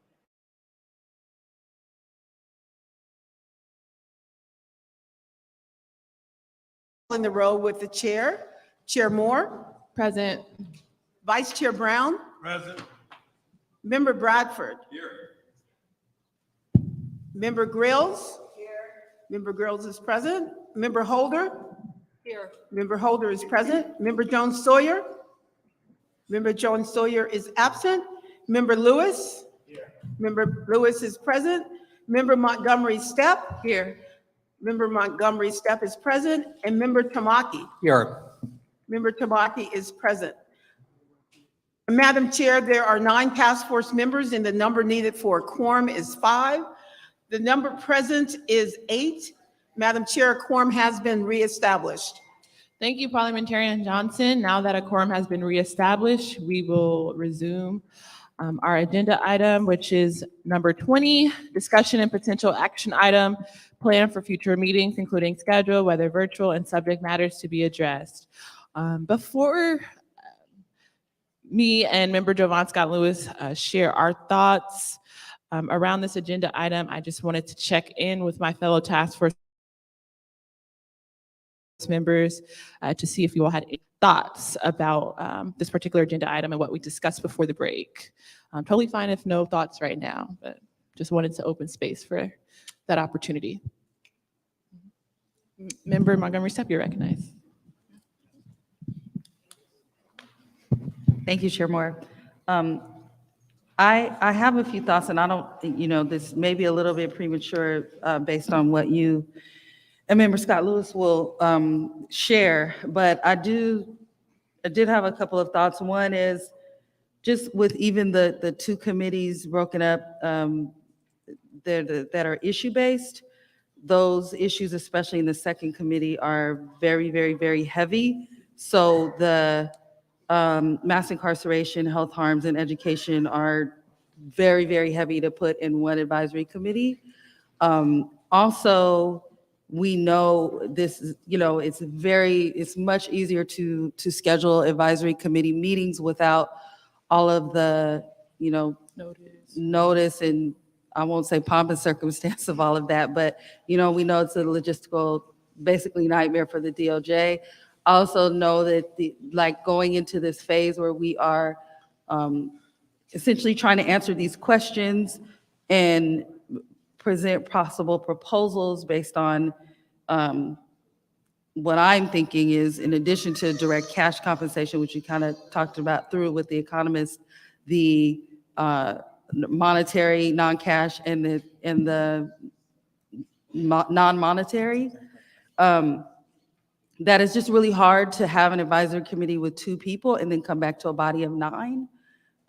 Just with the amount of substance that I think will take place and what will be required from members. So I just want to put that out there. And then the third thing I'll just say is, just based on the 5 questions, one is I want to get clarity of what the direction the task force gave yesterday with regard to the economic, let me say it right, economic expert committee, and exploring some of the questions, but in particular the California residency question, which I think will be a global, it may be a global answer that we come up with as an umbrella for all of the issues. So I wanted to throw those things out there. Thank you. Thank you. Any other comments or questions from the task force members? Preliminary thoughts about what we talked about and what was presented before our break?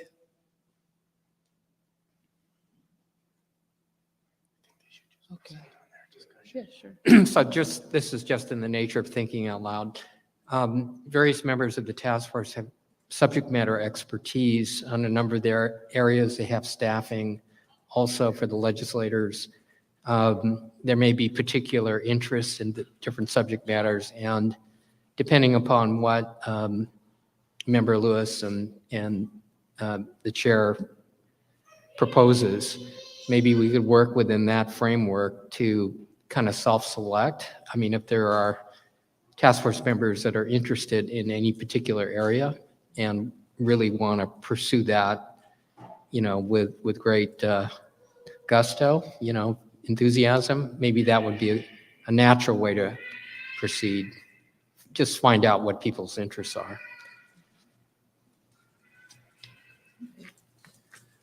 So I think that Member Montgomery Stepp and Member Tamaki's comments are in perfect alignment with, I think, what we discussed. So, Member Lewis, did you? Yeah. Okay.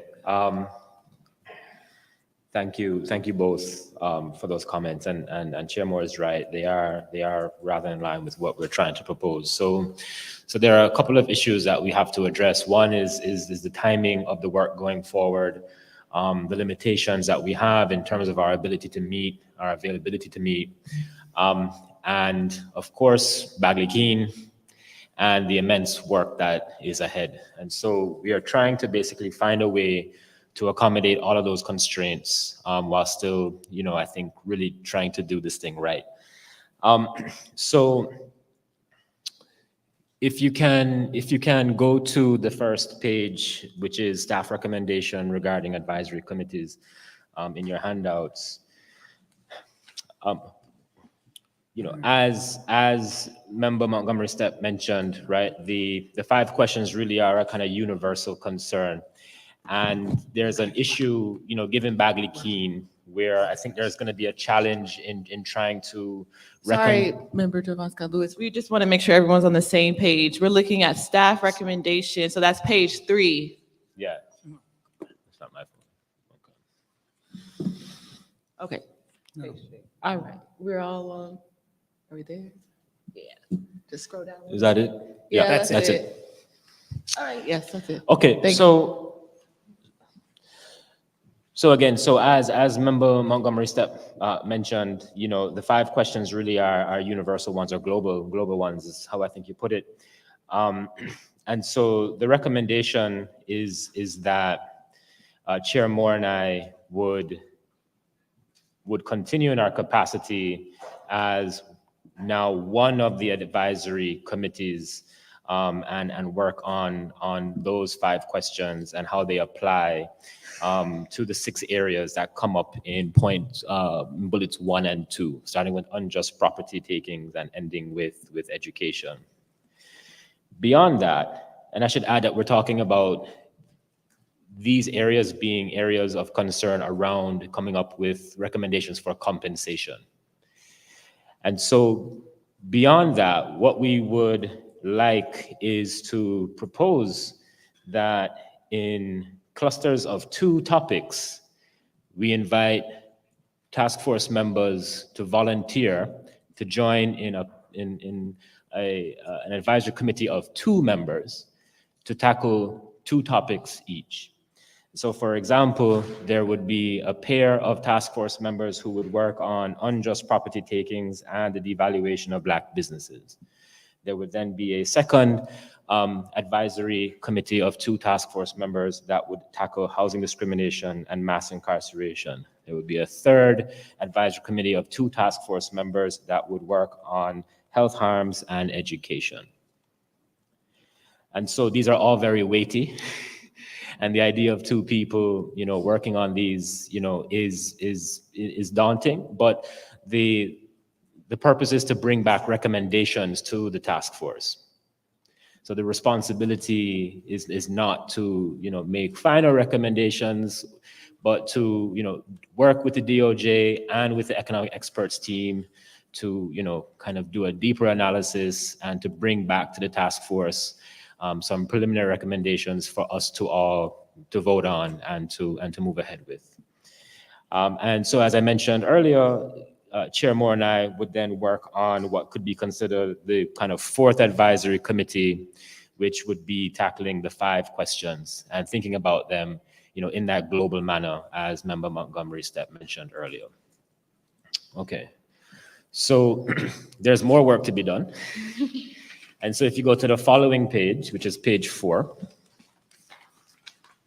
there's a section working with DOJ staff on areas not addressed in experts' list of atrocities. So as mentioned by the experts team yesterday, these are the areas that came up in our preliminary report, in which we've heard testimony on over the past year, that they said that they are unable to quantify as far as finding a compensatory model to advance as a form of redress. And along with the section below, remaining issues, these 2 sections actually represent areas of our scope of work that fall outside of a compensatory framework. And so what we would ask task force members to do is to work with the DOJ, but not with the economic experts team, on coming up with what we might think of as non-compensatory, non-compensatory, yeah? I don't want to drop the O's too many times. Recommendations to bring back to the task force. And so again, that would be on issues of enslavement, racial terror, political disenfranchisement, the pathologization of the Black family, control over creative, cultural, and intellectual life, the racial wealth gap, in addition to, under the remaining issues, elimination of racist laws and policies, appropriate ways to educate the California public on our findings, as well as how and what form a formal apology should take. And so in total, in those 2 areas, there are 9 topics. And so what we will be asking is for each of us to take on one of those 9 topics. And so in that regard, it would be an advisory, committee of 1, so to speak. But again, the role of us in that capacity would be just to work the DOJ and try to find some form of recommendations to bring back to the task force that we can then work with to provide our actual formal recommendations. So the hope is that if we can do this, then we might actually be able to, have something significant to report on in our December meeting, which, unfortunately will likely be our next meeting because, as noted, we were unable to find a quorum to meet before then. So that's the proposal from Chair Moore and myself. Thank you, Member Jovan Scott Lewis. Vice Chair Brown, did you have a comment? Madam Chair, members of the task force, to get us moving, I volunteer for Homes and Health and Education.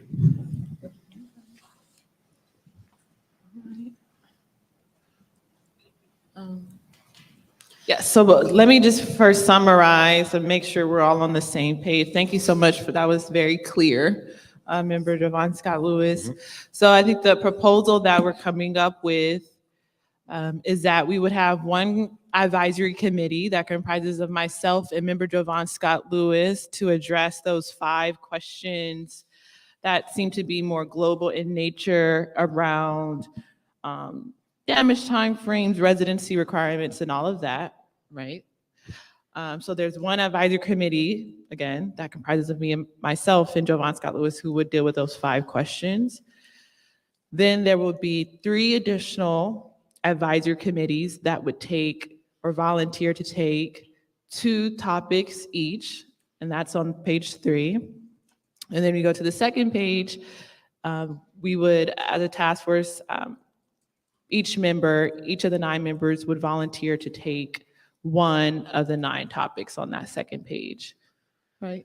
That's right. And I think, in listing the groupings for the compensation advisory committees, I just listed them in order that they're listed. So, I mean, if you want to discuss what, better pairings there might be, if we want to, go back to Member Tamaki's, suggestion earlier about finding, areas that members are interested in, we can do that.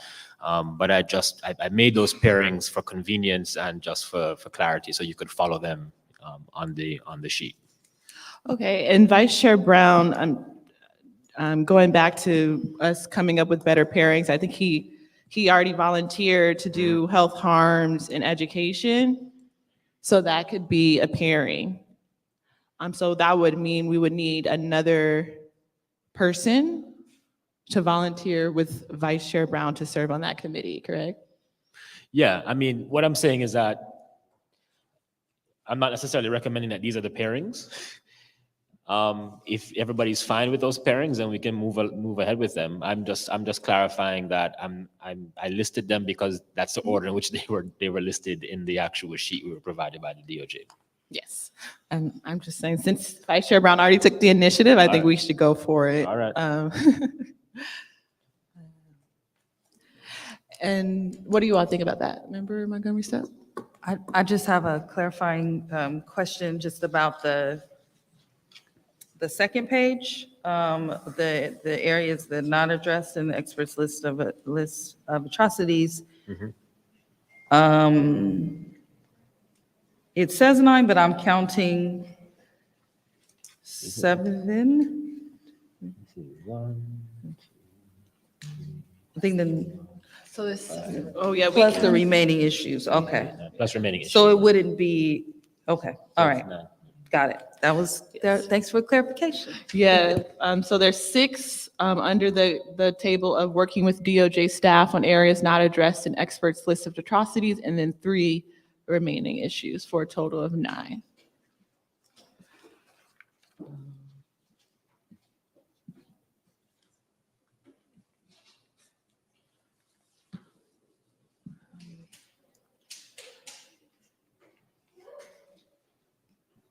Yes, Member Tamaki, you recognize. This is in the nature of thinking out loud. It's not a proposal, but for instance, eminent domain and housing is subject matter related. So that might make it easier for pairing. Mass incarceration over policing, and some of the things about education, especially school to prison pipeline and discipline, is related to each other. I don't want to break up things that have already been suggested, but that might be another related pairing. I'm just trying to figure out ways to create commonality and synergy. Yeah. So it helps streamline the work. yeah. Black business, maybe as a standalone, I'm not quite sure, but at least I see two categories where there's some overlap.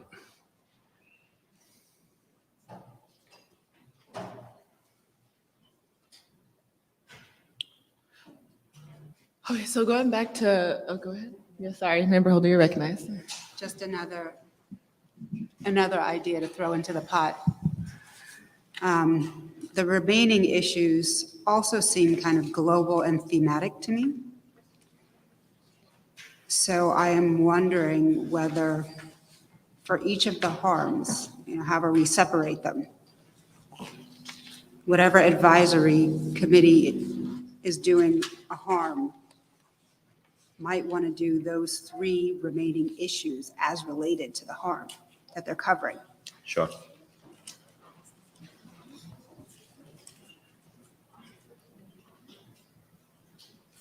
That's just one other way to conceive of this, to formulate it. Yeah, I mean, I think we could, and so that's why I was recommending we do the stuff on page 3, and then we can say, well, because individuals would have to take on what's happening on page 4. And so I think you could absolutely accommodate that. Yeah. For sure.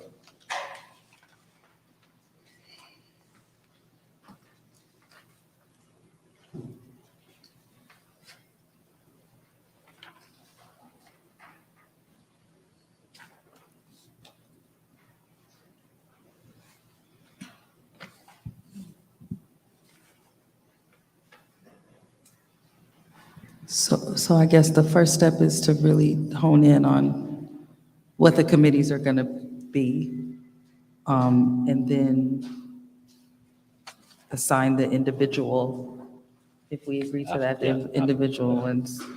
I do, just as far as the 3 committees with the 6 issues, they're all interconnected. Sure.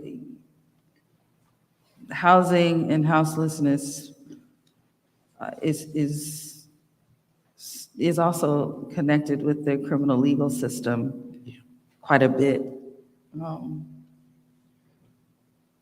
And then eminent domain, there are quite a few Black businesses that were lost based on that too. So it's kind of tough. So I can. I'll go with the task force. I am interested in Black business devaluation.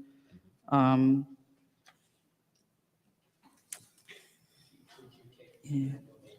It's a pairing. I would take either one, what you proposed or what. So maybe that's a logical connection, and houselessness would go with another category. Well, there's an intersection between houselessness and criminalization. Like mass incarceration. Madam Chair. Yes. We did mention there of how our watering holes have been destroyed. So the houselessness, eminent domain, and our basic communities have been destroyed through eminent domain. They're all related, those 3. Mm-hmm.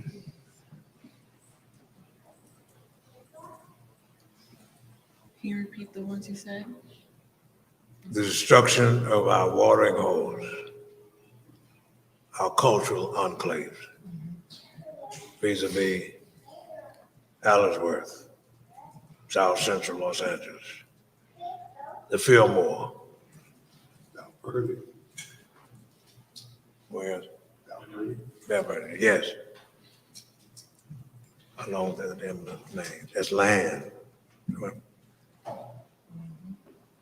think that would go into unjust property taking plan implement to devaluation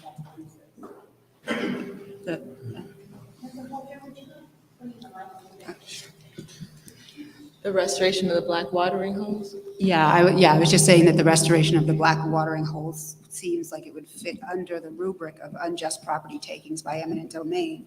and devaluation of Black businesses.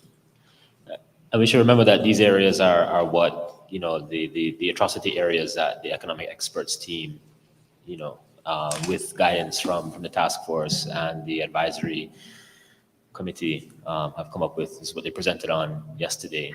And these are the areas that they have identified that they have data for and around which they can quantify economic redress. So I think, I think we reworked the pairings.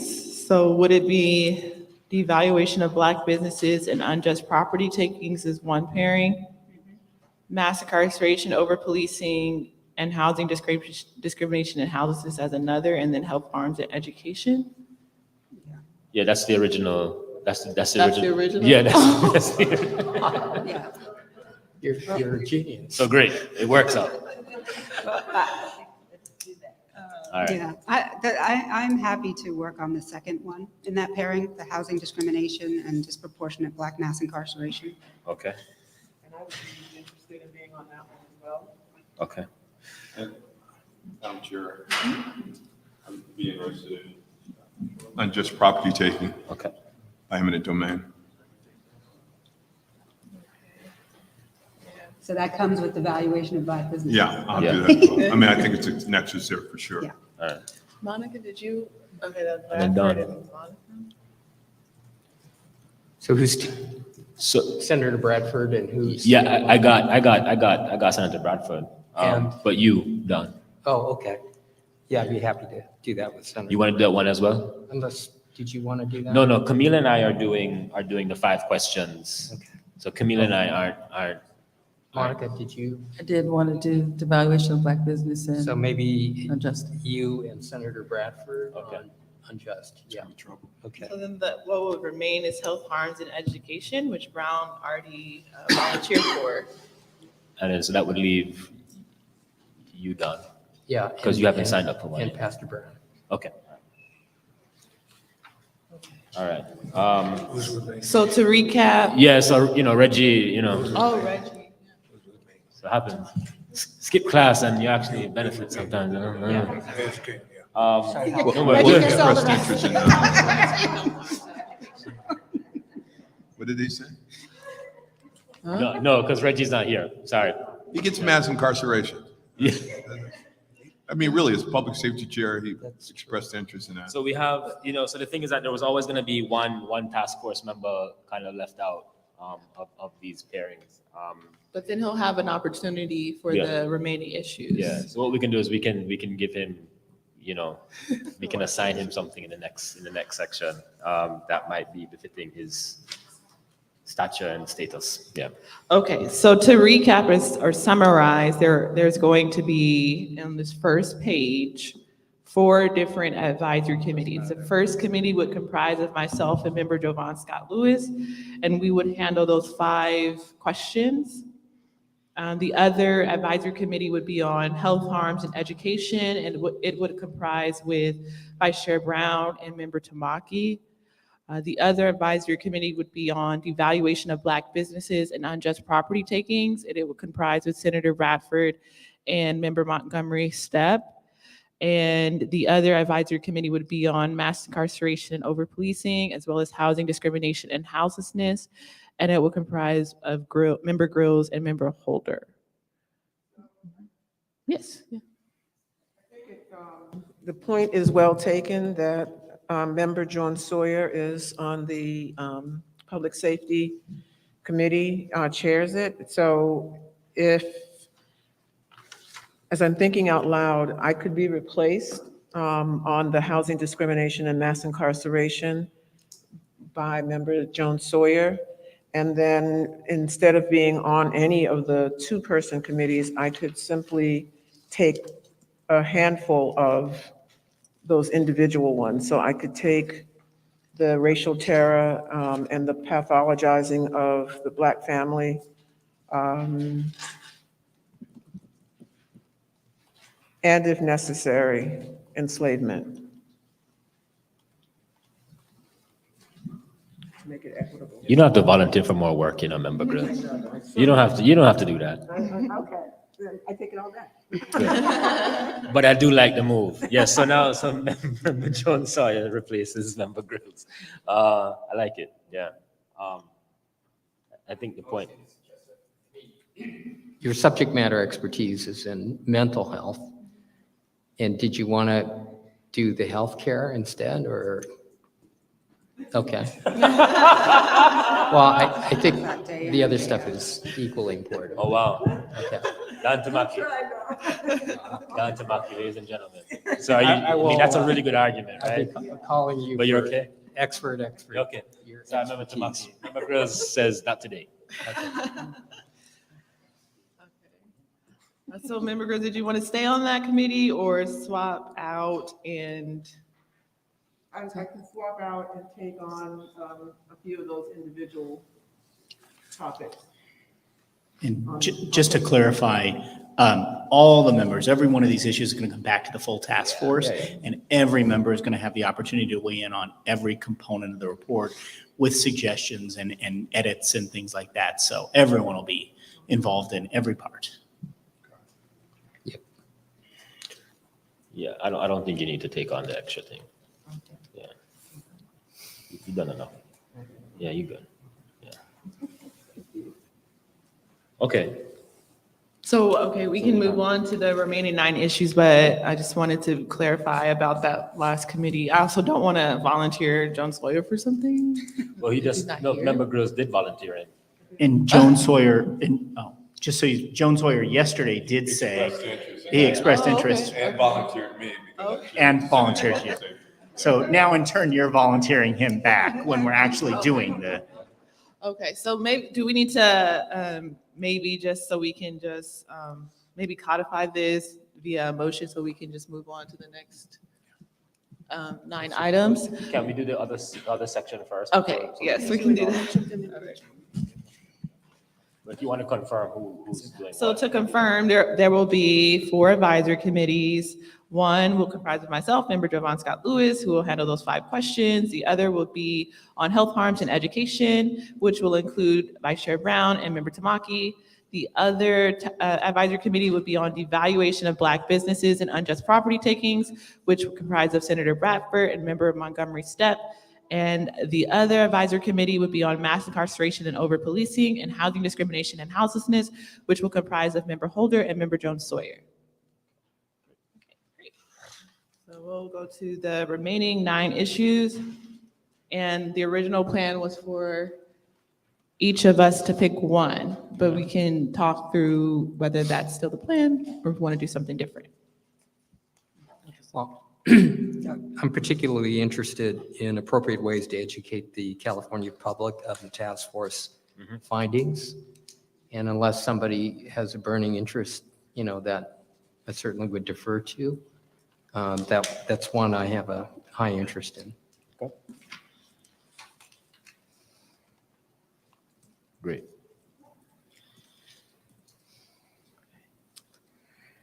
And, with that one taken out of the remaining issues, it seems to me that there's a nice synergy here. So if you have elimination of racist laws and policies, and how and what form of apology, I think that those are thematic and those can go with each of the 3 harms.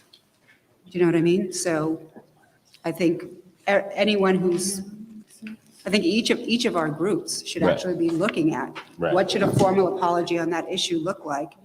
And what are the racist laws underneath that rubric? Right. And how to get rid of them. So would that be like an advisory committee, those 2? I mean, Yeah, so we divide those up as well, basically. That should be fine. There's no Okay. baggy key. Okay, like something to keep in mind. Okay.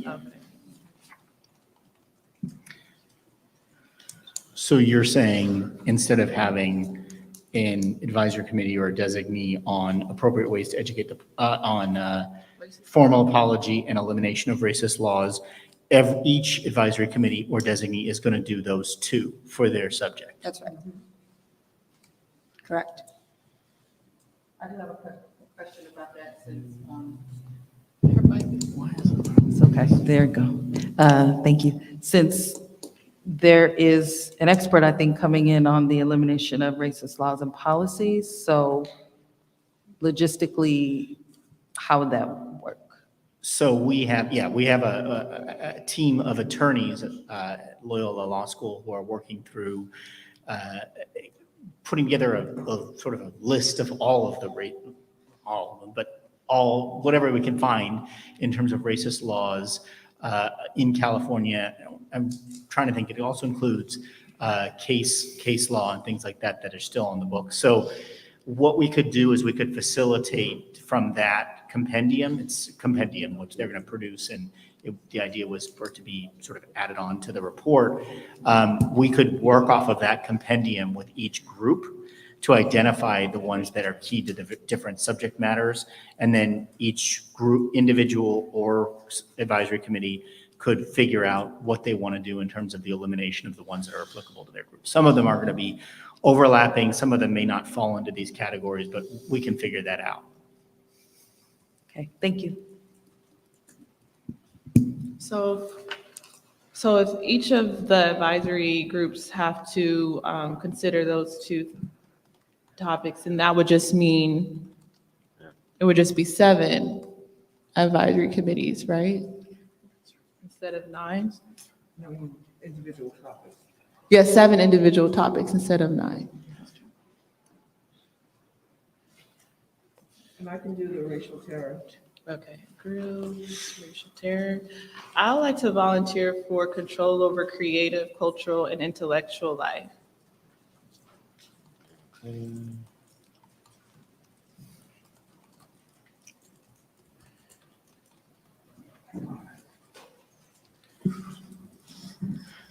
Can I just clarify for my notes, because I'm keeping notes on who's going to be responsible. I have Member Grills on racial terror, pathologizing Black families, and enslavement. Member Tamaki on educating the public, and Member Moore, Chair Moore on creative, cultural, intellectual life.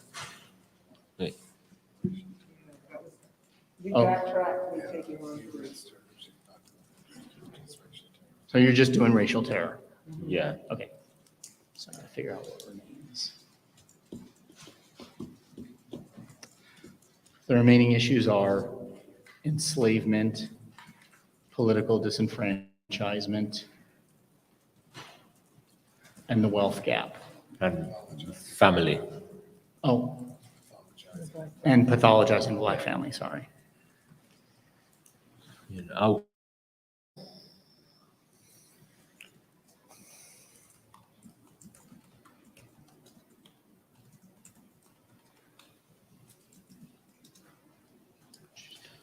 So the remaining, I'll do the pathologizing the Black family.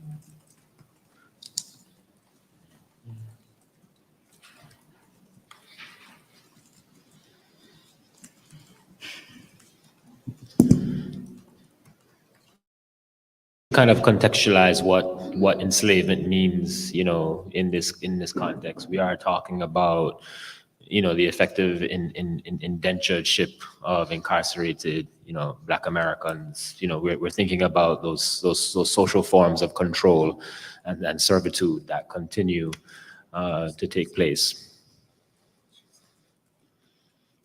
I'll take enslavement.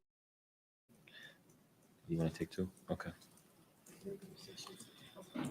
So as I have down, the remaining 2 are political disenfranchisement and pathologizing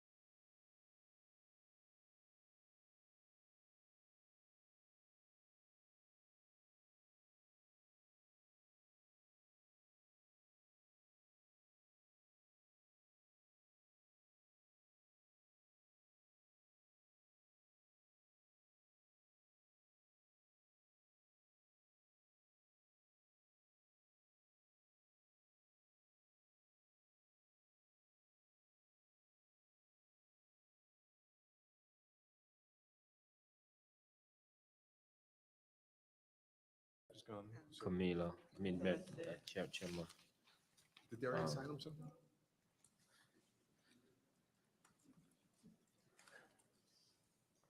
Okay. Okay. So in terms of the remaining issues and the areas not addressed in the expert list of atrocities, there would be advisory committee of one that would comprise of Member Tamaki around educating California's public on our findings. The other committee would be comprising of Member Grills that would cover racial terror and pathologizing of the Black family. I would cover control over creative, cultural, and intellectual life, as well as enslavement. Jovan will cover the wealth gap, and Monica and Bradford will cover political disenfranchisement. Two. Right. No, we're all. So the only two that are technically remaining are the elimination of racist laws and policies and what form a formal apology should take. And we just all agreed that each of those committees that we came up with will incorporate that into our work. Right. But I do have a question, because do you all envision that there's going to be one major apology or apology for each? Like, maybe it makes sense. Maybe it makes sense, of course, to have one global apology, and maybe that goes under how do you educate the public? Because it has to do with memorializing, the wrong and the need of acknowledgement and reconciliation and reckoning. So maybe if you can combine two, then I do those two. Okay. So I mean, it's just that, with the issue of apology and the elimination of racist laws, these committees will go away and, figure some stuff out and then come back, and then we could decide if we want to. Yeah. I would think maybe Michael, you can weigh in on this, but I would think the compendium of racist laws are pretty concentrated in specific areas, like housing, for instance, racial covenants, some portion of the Constitution having to do with that. So maybe that's not such a big lift, because it will already be focused and it'll be concentrated in specific areas. So maybe it's not something we need to have a separate subcommittee or advisory committee on. What is your sense of that? That's my sense. I mean, I think it'll work either way. We can either do it where we do have just the compendium and it exists and it's factual. And so it can be allocated to each of the different subcommittees, or one subcommittee can handle it either way. Or it's also something that can wait until after everyone's done with everything else and then comes in and gets added to that at the end. So however you'd want to do it. And I think same thing for apology. If you want to have apology components that arise in each of the various different contexts, and then one global apology, either way you want to do it, we can make it work.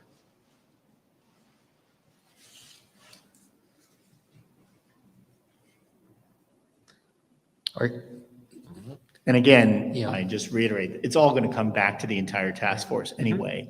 So whatever these various advisory committees or individuals who are working with the DOJ, everyone will still have an opportunity to weigh in on the nature of the apology, how it should be made, et cetera, however it's done. Okay. I want to reiterate that I do think each group should look at an apology that's specific to the harm. I think that's what we're proposing, right? Yeah, I think the And proposal. that's so that we don't just siphon that That's off fine. into, Right. okay. That sounds fine. So each of the advisory groups will come up with what an apology might look like for that particular harm, come back to the task force, and is the plan still for Member Tamaki to kind of take all those thoughts about what a formal apology might look like for each of those discrete areas, and then you would help to come formulate a global apology? Yeah, I'd be happy to do that as just a suggestion. Yeah, sure. Is that what we said, or I don't know? Yeah, okay, that sounds good. Okay. Okay, so I think now we are at a point where we can take potential action on what we've discussed. So I'll just summarize and then maybe we can entertain a motion to just codify what I summarize, unless someone wants to come up with the motion right now. Okay, so in summary, I entertain a motion to codify the following, that there will be, first, an advisory committee that comprises of myself and member Jovan Scott Lewis, who will answer those 5 questions on page 3 of the handout. The other committee would comprise of Vice Chair Brown and member Tamaki, who will cover what policy and compensation recommendations might look like for health harms and education. The other advisory committee will be on the evaluation of Black businesses and unjust property take-ins, which will comprise of Senator Bradford and member Monica Montgomery Steppe. The other advisory committee will be on mass incarceration, over-policing, housing discrimination, and houselessness, which will comprise of member Jones Sawyer and member Holder. Then we'll have other advisory committees to cover remaining issues and areas not addressed in the experts list of atrocities. One of these committees will comprise of Tamaki, who will cover educating California public on our findings, as well as what a global formal apology might look like. Member Grills will be on a committee on racial terror and pathologizing of the Black family. I will cover control over creative, cultural, and intellectual life, as well as enslavement. Jovan will cover the wealth gap, and Senator Bradford and member Monica Montgomery Steppe will be on the committee covering political disenfranchisement. With the caveat that each of these committees will have to consider racist laws and what an apology might look like for each of the discrete areas that we've been assigned.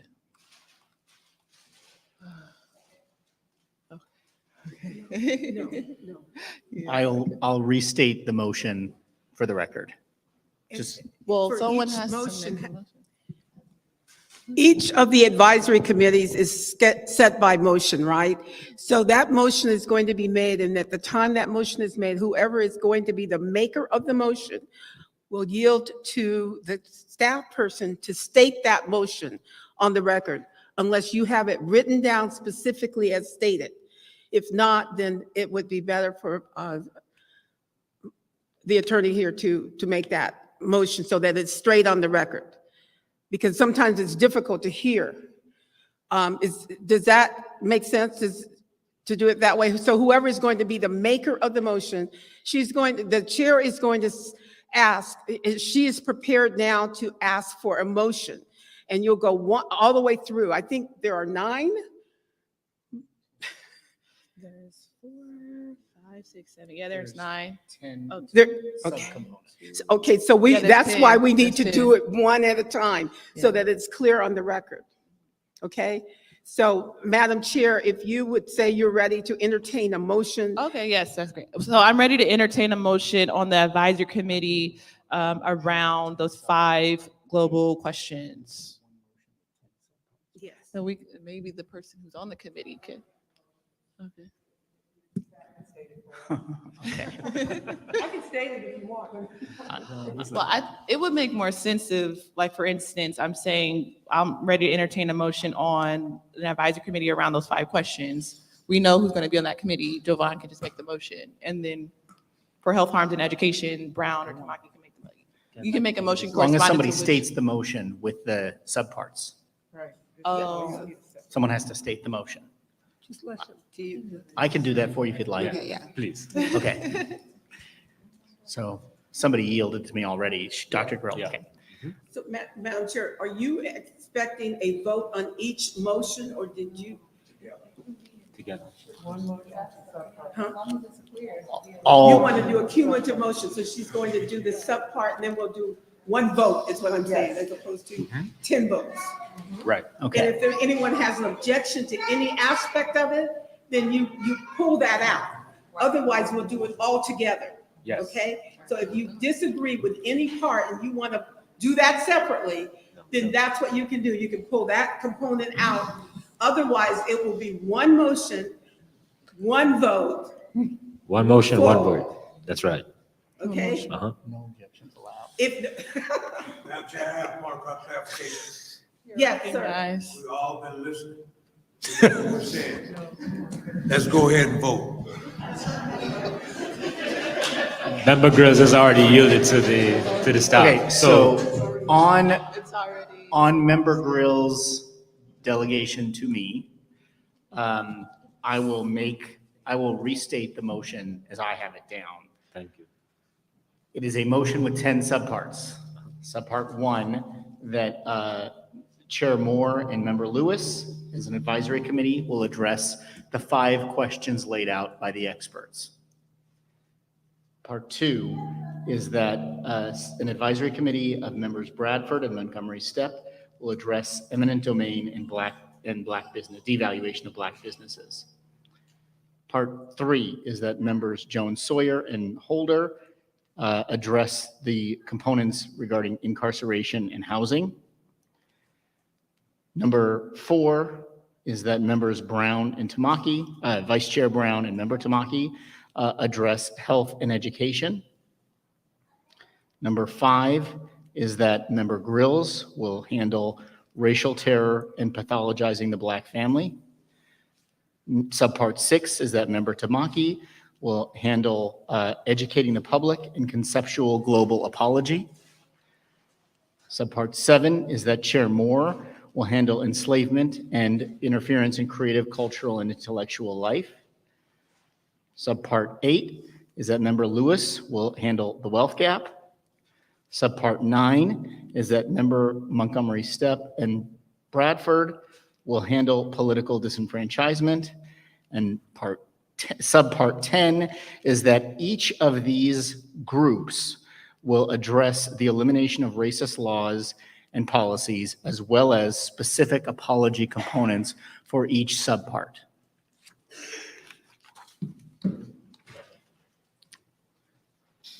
Second. Excellent. Okay, so it has been properly moved and seconded by Vice Chair Brown that we will adopt the restated motion with 10 subparts. Is there any discussion on the matter?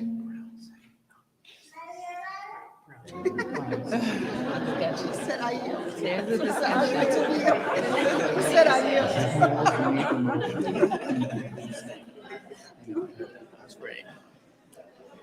Okay. Hearing no further discussion, I'll turn to Parliamentarian Johnson for a roll call vote. Thank you, Madam Chair. Chair Brown? Chair Moore? Aye. Oh, my goodness. Chair Moore? Aye. Vice Chair Brown? Aye. Member Bradford? Aye. Member Grills? Aye. Member Holder? Aye. Member Jones Sawyer? Member Lewis? Aye. Member Montgomery Steppe? Aye. And Member Tamaki? Aye.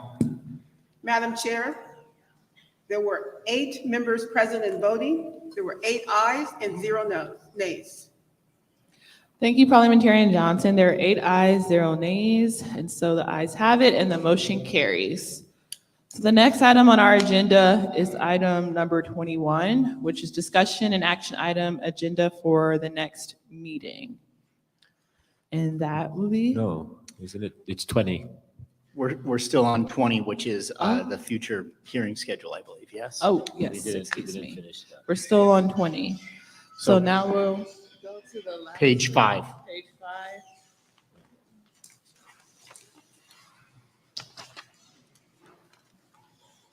5. Yeah. First, as I mentioned, the only quorum that we have would be on the days of December 14, 15, and 16. So the first matter of business, I think, either in this agenda item or in agenda item 21, if you want to defer to the next agenda item, is to set that date. But starting from that date, we then have a dash to the finish. You can see that this proposed hearing schedule, actually, which I'll turn over to Member Lewis and Chair Moore to talk through, has a meeting scheduled every month. That presupposes we will have a quorum every month. So we will need to get a doodle going for the rest of the fiscal year, essentially. But with that, I'll turn it over to Chair Moore and Member Lewis if you want to discuss this, or I can also put up the other hearing schedule, which was the one circulated if you prefer, with the meeting materials.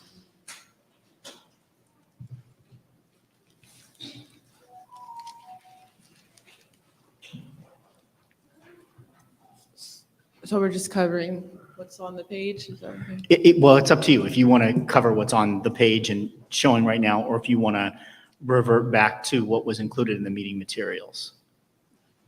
This is incorporating some of the changes and the reporting back that we've just gone over with the advisory committees, which had not been in place when the original future meeting schedule was circulated. So this is essentially up to the minute following the vote you just took.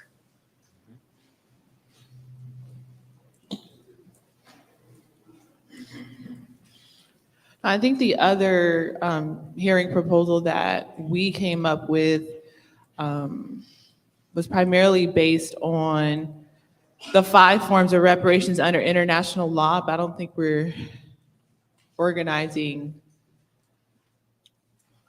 I think based on our conversations, we're not doing that anymore. So I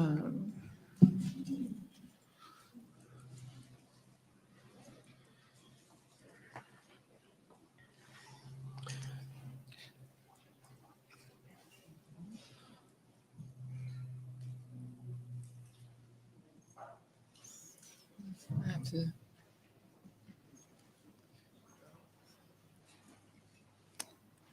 I can discuss the thinking behind this if you want, unless you want to, like I said, all we're figuring out right now is, do you want to talk through this proposal or do you want to go back to the might proposal? as well. Yeah, I don't think we're going back to the original one. So you can proceed.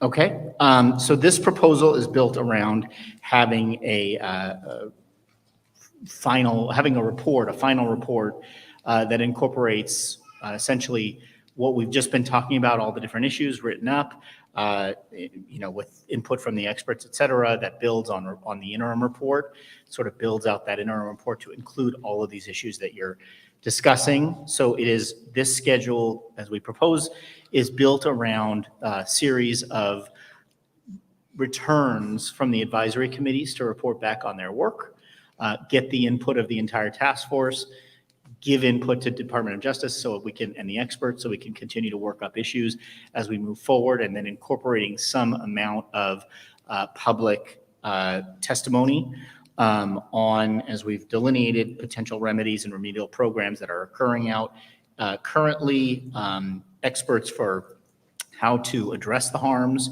that are delineated in the report, in the interim report, testimonials on how racist laws have affected people, and legislative experts and legal experts' recommendations on what recommendations from this task force should look like once we get into the part of the task force's work that discusses recommendations for the legislature's implementation of the recommendations in the report. It's a lot of recommendations. So we've also planned to follow similar to how we handled the first report, which is to come to the task force with outlines for what we're calling the second report. It's really part 2 of the final report. We are planning to come back February of 2023 on the schedule. That presupposes that we're going to all be working with the experts, task force members and the experts working together and coming back and reporting back and having outlines of essentially very high-level conclusions and what people can expect to be in the final report for the task force to discuss and give some direction to both the advisory committees, the DOJ, and the experts. Then, like last time, we will take those outlines, convert them into a draft, which will come back to the task force for awareness, but not necessarily a vote. We'll have the same discussion that we had the last time, where all of you will have an opportunity to provide edits, suggestions, comments for us to incorporate. And then finally, we'll come back. We scheduled here for May of 2023 to come back with a final report to present for your approval, at which point we will then finalize and prepare for publication.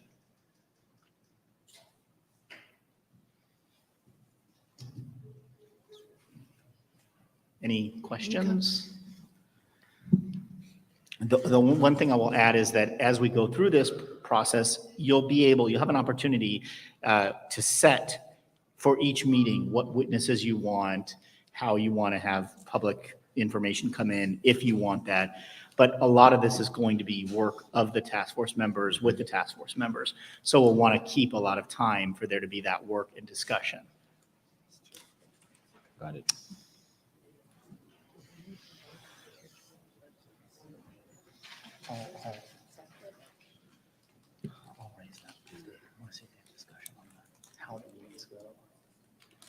It's pretty straightforward. Any other comments? So could you just state clearly, what you said was very clear. I just want to say definitively, not clearly, at what point basically would you be looking for us to be prepared to kind of move towards the drafting of the final report? I'm trying to get a sense as to how many meetings do we have between now and that point, before, DOJ is like, okay, we need to start translating, what you all are doing into written form. Well, it's a great question. And you're right, the meetings don't necessarily match up with that. So I can report that we already have deputies that are starting to work through, based on the recommendations you all already concluded in the interim report. We're already at work on the second report. So that work is starting. It's going to continue. What we're hoping is, now that we've voted on the advisory committees and the individuals, we're going to start working with you. We're going to connect you with deputies who are working on these subject matter areas. We're going to connect you with the experts. And so the work essentially starts now. Essentially, we would like to have probably those outlines that we'll be presenting in February done on our end, maybe even by early January, mid-January, collectively, with your input, so that we can then get going with drafting. The drafting, in order to meet this deadline, the drafting is going to happen at a very early stage. Right. I'm just trying to figure out how much time we have for deliberation, to actually talk about reparations, before we have to somehow accommodate the timeline of the production of the second report or final report.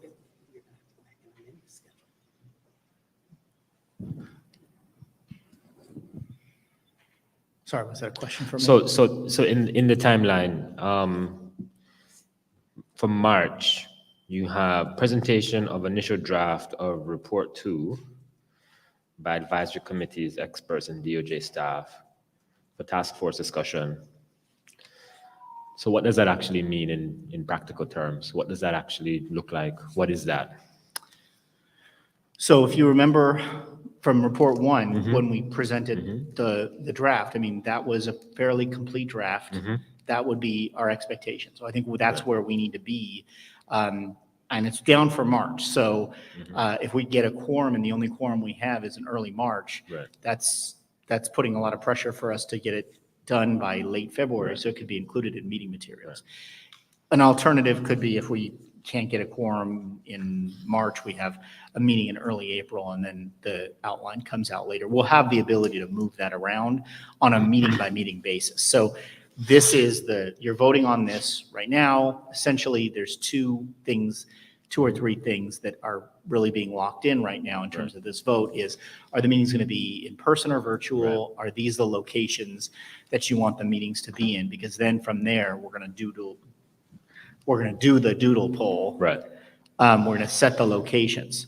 Beyond that, if you want to change something about a particular agenda for an individual meeting, if we get to the meeting in December and there's still a lot of lack of clarity as to how things are going in terms of the developments of each of the advisory committees' workload, we can maybe push things back a little bit. So you have that flexibility, and that can be a meeting by meeting thing. Right. But it'll be a matter of this is sort of everybody's expectations. Okay, no, thank you. So I asked for that definitive follow-up, just so that everybody on the task force realizes that we're basically, I think, expected to have the thing worked out by that time. So in other words, this is not us going into March, April, still trying to figure out what reparations are. And so that increases the burden on our advisory committees to take that element very seriously. Because when we meet, we will be actually bringing to the table, the majority of the work that can be done. And so that work won't actually be done in these meetings. And so I just want to make sure that everybody, fully appreciates the consequence of the timeline on what we are going to be able to do in the remaining time of the task force. And I say that because, so Chair Moore and I came up with the schedule that really, tried to accommodate, prolonged discussions on compensation, right? Because we are cognizant of the fact that we actually haven't talked about reparations directly, as it were. Despite, some in the press saying that we had done so, we haven't. And so, yeah, and so I just want to make sure that we're fully aware, of what's at stake here.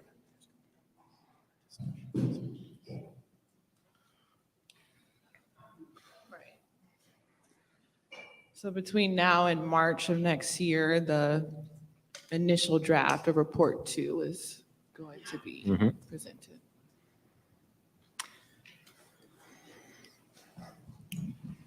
So this feels like an even shorter timeline than we had to work with for the interim report listing out the harms. Not that this second part of the report or this final report needs to be anywhere near as long, but it does require a considerable amount of crossing Ts and dotting Is in terms of any recommendations need to be cross-referenced with a bunch of other things to make sure that it makes sense and it's something that legislators can work with.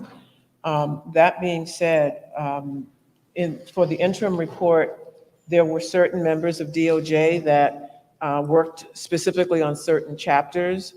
Will there be something equivalent to that so that those in the various committees have a point person that will essentially be immersed in the same area or body of work as the advisory committee members? We're still working out staffing. Obviously, you know how much staff we used. We had working on the first report.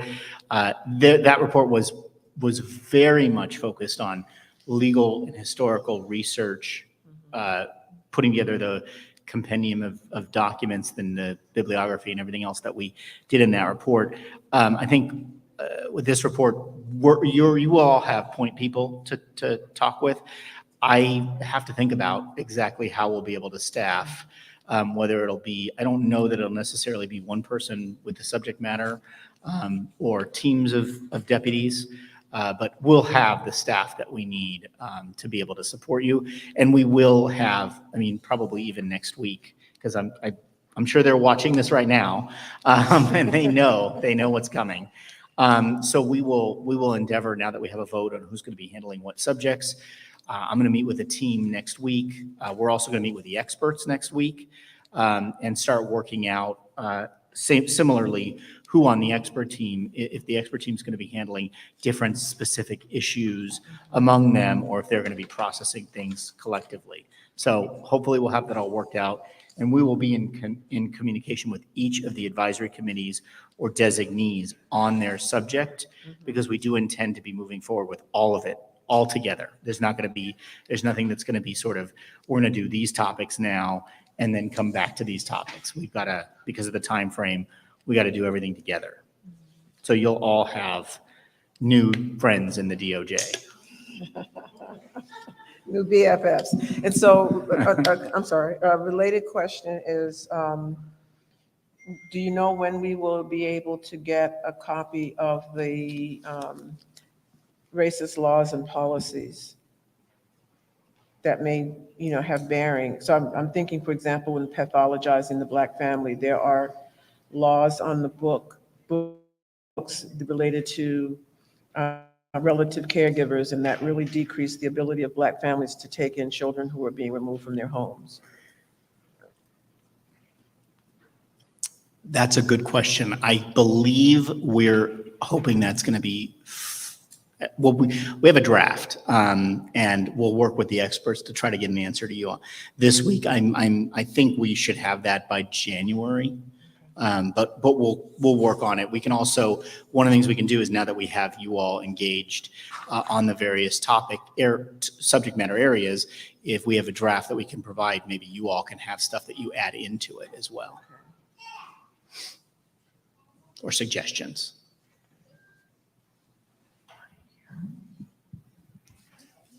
Member Montgomery Stepp, you're recognized. Thank you. I just want to, since Chair Moore, Member Lewis did prepare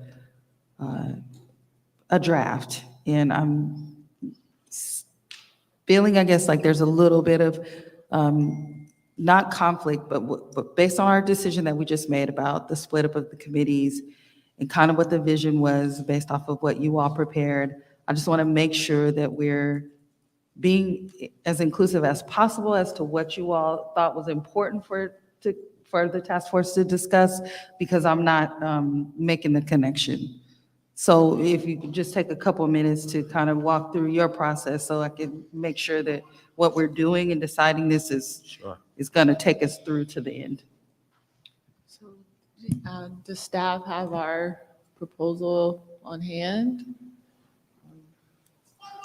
We could share. It'd be the meeting materials, agenda item 20.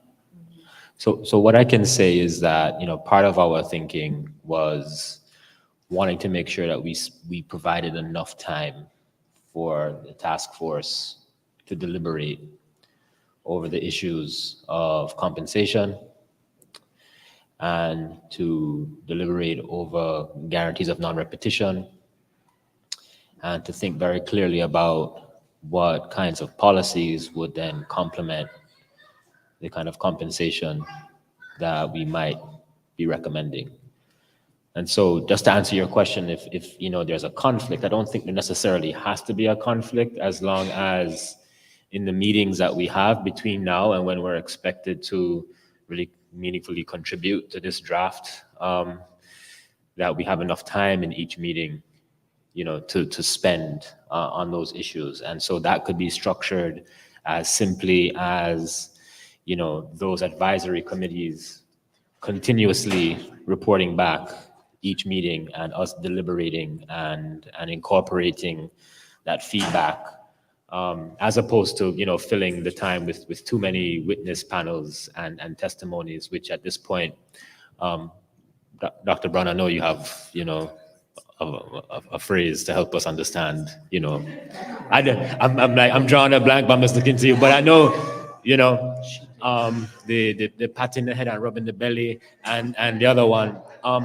But I really do think that, we can do it in the time frame, as long as we're not, we're not taking up too much time passively over those meetings. So, I mean, that's my personal view. Okay, yep, I would definitely agree with that. And if, if we could be as focused as possible, if we have additional panels specifically to, you know, to potential remedies and Yeah. just clear, very clear examples. You know, I think we have enough in the record. And I would agree that it really needs to, as Mr. Newman said, it's coming from us and it needs to be very Right. substantive at this point, whatever we do from here on out.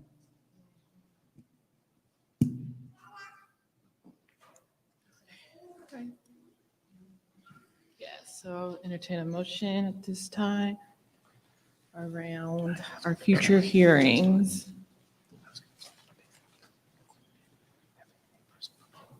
And I think, Michael, you needed us to actually also talk about the locations and so forth. I will note a couple And there's things. another issue as well, right? Right, so I'll note a couple of things. Obviously, there's, number one question is virtual or in person. As you all know, the legislature enacted a Bagley-Keene Act holiday for this fiscal year. So until the task forces, the end of the task forces, or the sunset of AB 3121, this Bagley-Keene Act holiday would allow the task force to go back to being virtual meetings. So that's number one, and that would be totally up to your collective vote. The other thing I'll note is that the locations in the proposal that I've now circulated, included in your materials, did change slightly from the original one in the materials. That was because of consolidation of meetings. The meeting schedules changed a little bit and were consolidated. And so there are questions the task force should address in terms of where you want meetings to occur. I remember there was a significant desire to do something in Allensworth, and also the locations that are delineated cover, I believe, all of the locations that came up when we first talked about where do we want to have all the meetings if we do them publicly. So anything you want to change in terms of location, obviously we don't have dates yet, and we'll have to match dates with locations. Yeah, I did.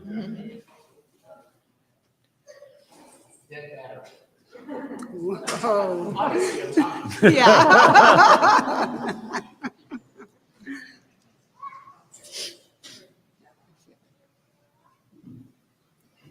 On the turn. Okay, now I'm back. So actually, that was probably a good ending time anyway. You all get to decide where you want these to be generally, and then we'll try to work backwards once we get your availability in the doodle poll.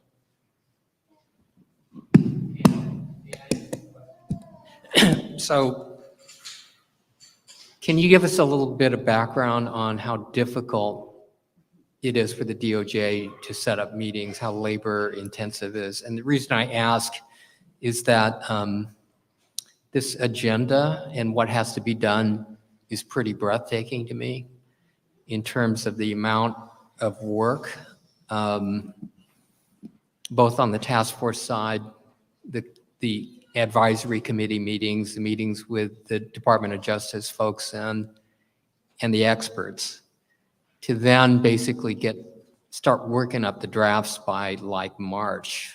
Is that right? Something like that. So is it all the same? In other words, even though we have, and there's strong reasons to meet in Bakersfield or some of the other locations, some are more remote, obviously, less accessible, more accessible.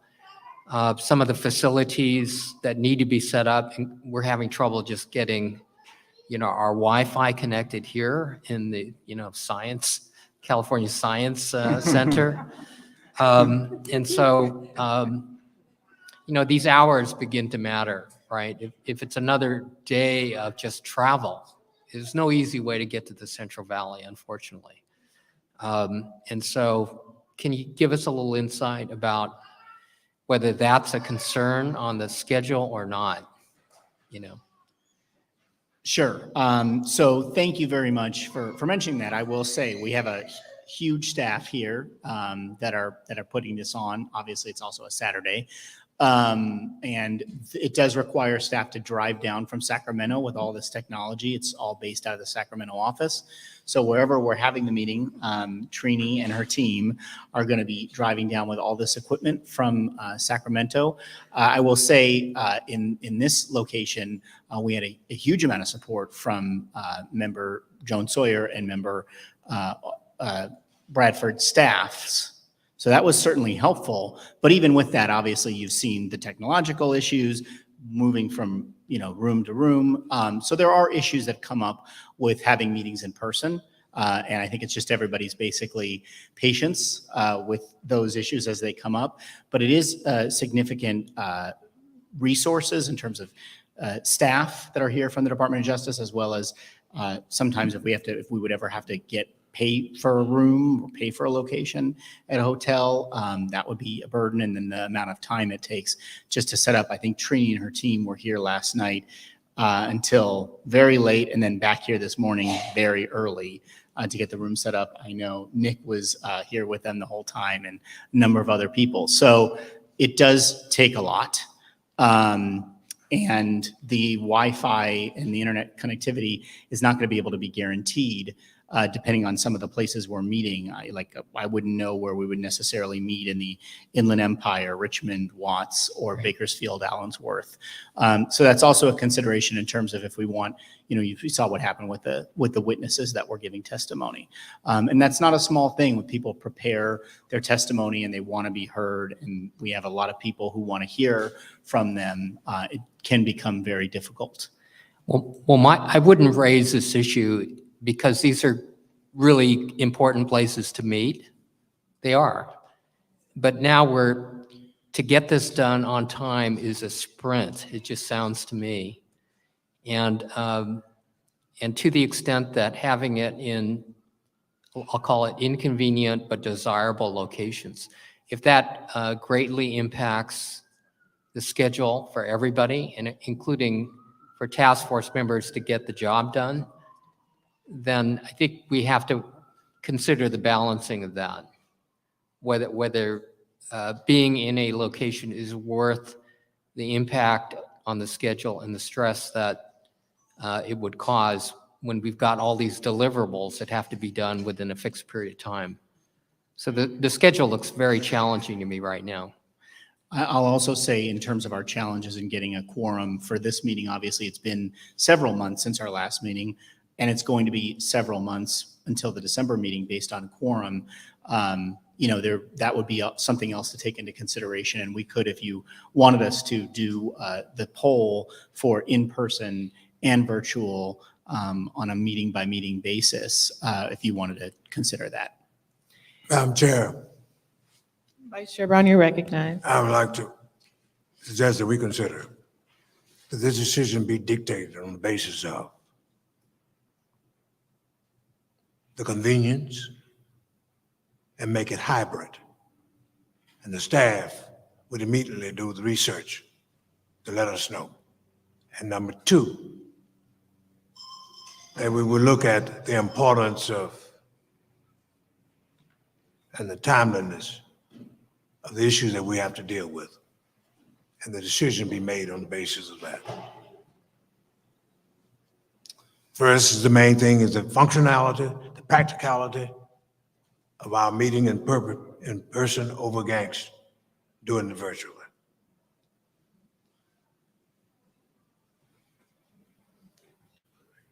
So when you say research, are you saying research into the feasibility of finding locations in each of the cities' names? Yes, immediately. Let us look at whether it's practical. Just a point of clarification, are you, Vice Chair, are you talking about doing sort of switching off, having one in person, then one virtual, then another in person? Based on the practical, the ABC, 1, 2, 3 of having a meeting. That's what I was talking about, you see? Yeah, I think he's saying based on the practicalities, not necessarily on the convenience or whims of what you want to do or not. You know what I'm saying? So then that does require actual research. Like, it's not enough to say, we don't know where we could have these hearings in San Diego or Sacramento. I think there needs to be some research to go into what potential locations would be. Chair, that's what the vice chair was saying. Right. Excuse me, that based on the immediate facts given to us, the decision will be made. So I think that makes a lot of sense in terms of trying to figure out locations. I think that's a really important factor. I agree completely. And we can, look for those locations. Again, as we did the first meeting when we were going to select where we were going to meet, we talked, and I think that's, Vice Chair, that's where you first suggested the church in San Francisco. I think Exposition Park generally was suggested for Los Angeles. I don't think we had then specific suggestions going out from there, but essentially whatever the task force votes on, we'll make happen. Well, but time is of the essence. I guess what I'm looking for is I so appreciate your willingness to do whatever the task force asks of you. But my question is more like, what's going to negatively impact the schedule if time is of the essence? And do you have a recommendation? I'm just going to throw out something crazy, just thinking out loud. For instance, if it matters, if we met like every meeting in Sacramento, and that it greatly facilitated the schedule and it relieved the stress on everybody. Is that a factor, for instance? And if that, given people's availability in the schedule, maybe that should be a consideration. I mean, that would certainly be much more doable. Our team that puts us on in Sacramento is in Sacramento, and we'd have presumably locations where we could do this in Sacramento on a regular basis. I think we need to do some polling amongst the task force, because I think when we originally set out to do in-person hearings, the reason why we decided to list all these different cities is because we wanted to meet the community where they were. So, meet folks in Oakland if they couldn't, go anywhere else. Meet folks in San Diego, meet folks in Sacramento, meet folks in Inland Empire, meet folks in Richmond or Inglewood or Allensworth. But now I think what you're saying, Member Tamaki, is that you think that we should revisit that plan? Well, because I guess given the schedule, that I'd love to do that original plan if it's, doable, but given the schedule, I guess I'm asking, is it still practical? And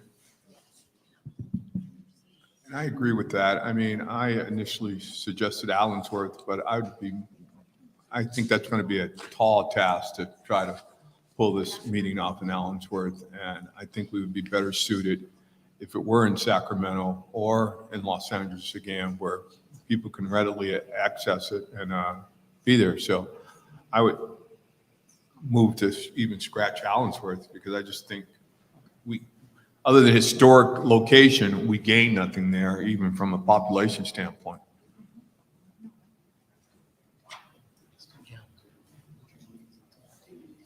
I think a lot of variables went into how we organize this. Like, so for instance, with Allensworth, we were also thinking about the fact that that would be technically the last meeting, although it might not be anymore, but that we know that that will be the meeting when we release the final report. So for purposes of optics, education, Allensworth was an important consideration. But, there are other places, sorry. But, I agree generally that we may want to revisit some of these places that do seem too inconvenient in terms of the burdens and benefits. But there is a burdens benefits analysis that should go on. And I think one of the things that we should be thinking about in terms of burdens is, leading up to that meeting, what is going to be the workload that each of us is facing? So I know that May is going to be the month from hell, right? So we should be thinking about, that's how I'm sort of organizing. And I imagine that December is going to be difficult because of people's family obligations in December. So that adds another variable to think about. And we should always, virtual is a possibility that we should all be thinking about. doing virtual in lieu of in person on some of these meetings where we might not have as many benefits from going to a remote place. So I think, just for your schedules, based on this schedule, just the schedules, probably going to be the most work for members of the task force leading up to the February meeting, because that's where your initial presentations will be for the outlines and discussion of your proposals. And then from February to March is going to be, based on our experience in the first time, the sprint, where we're really taking all the recommendations from the task force, from the discussions of the outlines, and finalizing the draft. So February to March meetings is going to be a sprint. That's going to be a big workload. I mean, most of that will be shouldered by our attorneys who will be, working at your direction. But where you're going to have to be giving us a lot of feedback and making decisions on how things are going to be written, and then a lot of reviewing and editing and commenting, and then preparing your presentations back to the task force in the March meeting when that initial draft is presented, is probably going to be the most work. I'm hoping, like with first interim report, the feedback that we got once we presented that initial draft was pretty complimentary. I think people were pretty much on board. There were a number of edits and feedback, but I think we were pretty good at that point. So I do think if you were going to consider it, the February meeting might be a meeting where being online and you all not having to travel and being able to use that time, may make sense. I was just talking with Trini, and obviously we can, like I said, we can find locations, we can find places to do it. I think, as we've experienced, where we're going to have witness testimony and presentations online, probably facilitates that better, because they have the ability, we're all online, they're online, and there's a much easier ability for them to communicate with everybody in the virtual space. But where we're maybe going through reports and sitting and writing through and meeting with one another about that might make more sense in person. We can, I'm very hesitant to steer you in any direction. It's really your determination. Mm-hmm. We will make happen whatever you all vote on. I want to make that very clear. The idea is just to make sure that these meetings are done in a way that allow you to take care of all your work.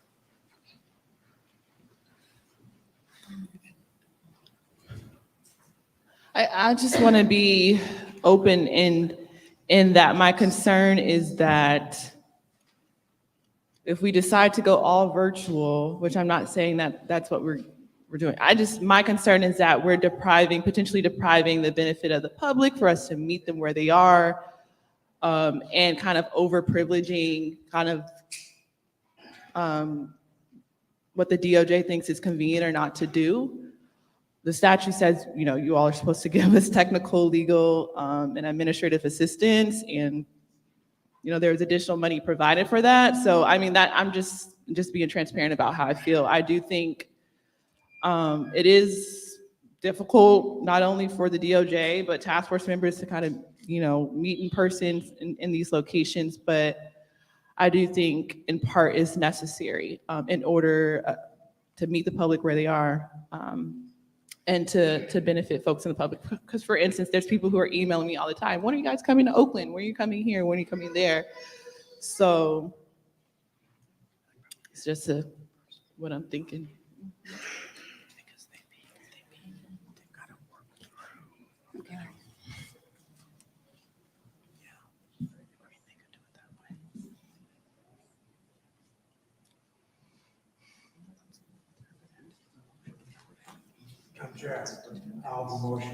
That this matter will be determined on the basis of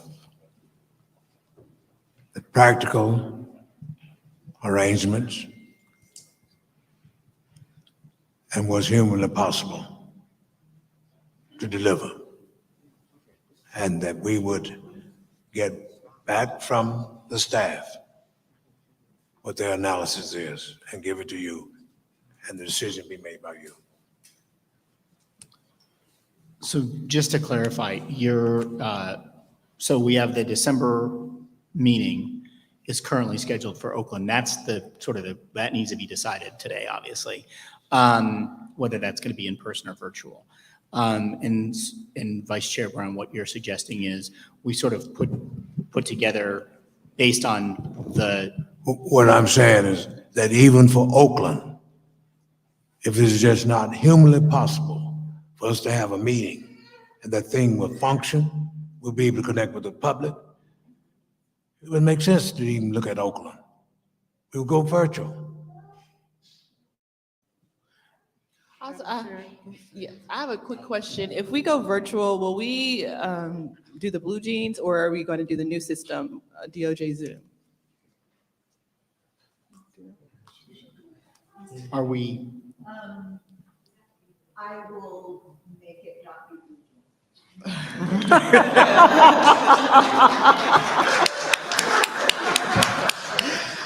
Okay, Member Grills and then Member Bratt. So I was wondering if we could maybe consider a hybrid option in the following way, because I think some of the in-person is important.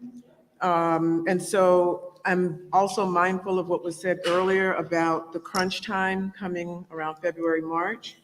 So what if the December, the January, and the February meetings were in person in various locations? And then from there, the March, April, and May are virtual, which allows us to still have our meetings, but we're not using valuable time that's going to be needed to write and edit finish up the report. And then we go back to in-person in June.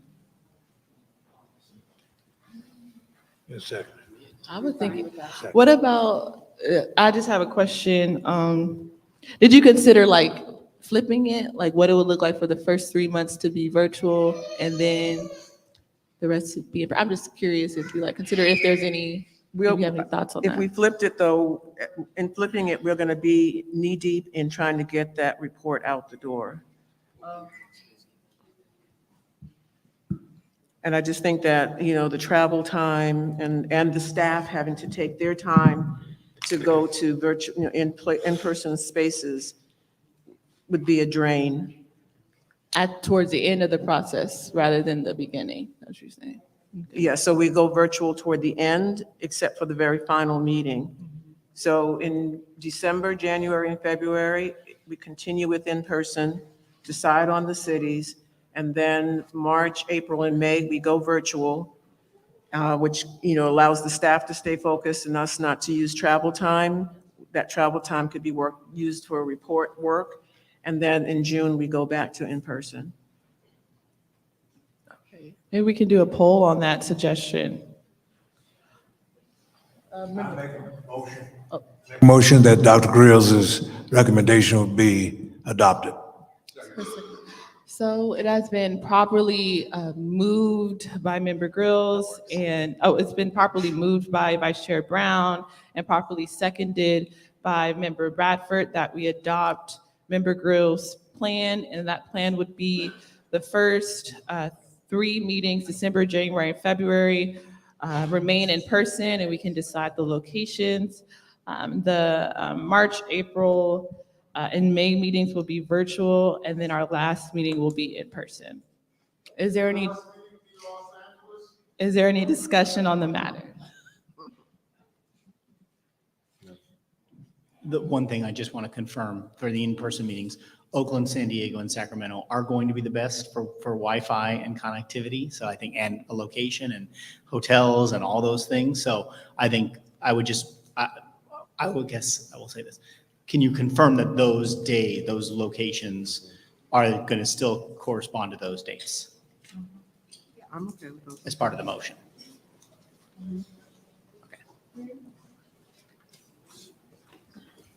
Call for the question. Okay, call to the question. So I'll go to Parliamentarian Johnson for a roll call vote, and we'll address that in a different motion. I'll begin with the chair. Aye. Chair Moore, Aye. Vice Chair Brown. Yes. I'm sorry, sir. Yes. Thank you. Member Bradford.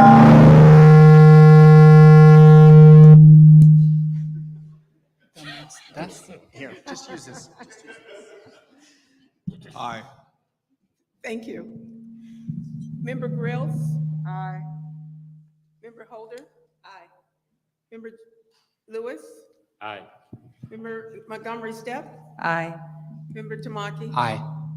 Madam Chair, there were 8 members present and voting, 8 ayes and 0 nays. Thank you. There are 8 ayes and 0 nays. The ayes have it and the motion carries. Our December, January, and February meetings will be in person. Our March, April, and May meetings will be virtual, and our final meeting in June will be in person. So I guess now to go back to Attorney Newman's comment on confirming the locations for at least the first three in-person meetings. Maybe we can also solidify where our final location will be for our final hearing, or we can do that at a later date.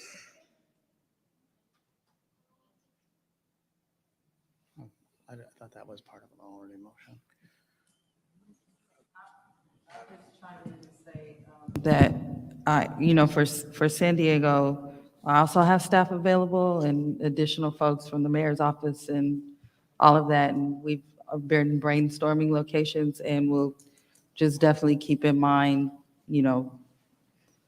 what's really important to me is that we hear every single person that has prepared to come, that we've invited to come, and that we be able to take in that testimony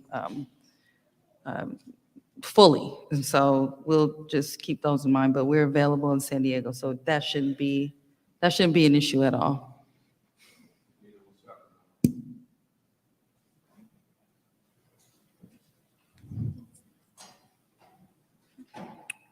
Just for Oakland, I would just recommend maybe getting in touch with District 3 Councilmember Cara 5 to see if she can help the DOJ and the task force in accommodating logistics. Thank you all for the recommendations and support. Okay, so the locations will stay the same. I don't think there needs to be a motion for that since it's already on the page. Are there any other comments or questions from the DOJ? Oh, if you wanted to, you don't have to decide that now. You can decide at a future meeting. But if you wanted to have the June meeting somewhere near Allensworth, that was something that was discussed a few times during the process. If that's what you want to do for a commemorative meeting where essentially that meeting is going to be releasing the report. That would be nice. Final.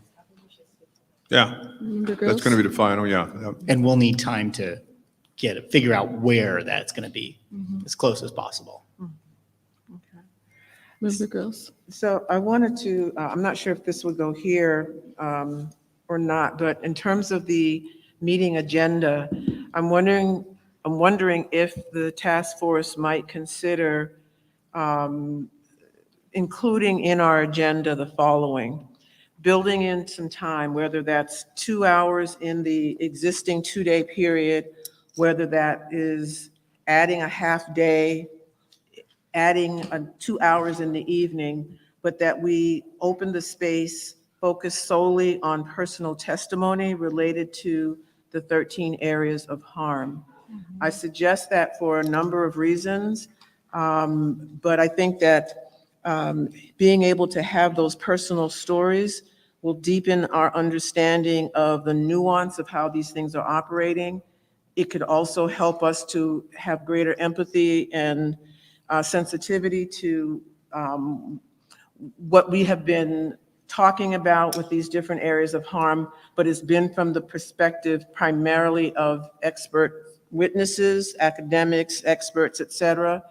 And we did have periodically a few examples of personal testimony in the beginning, in our first year, and I think that it was pretty powerful. And remembering what our witnesses said this morning in terms of the Japanese reparations, one of the most impactful components of their efforts was that personal testimony. In particular, it built community within the Japanese American community, and it also helped to educate the public. So it spoke to people's hearts as well as their minds.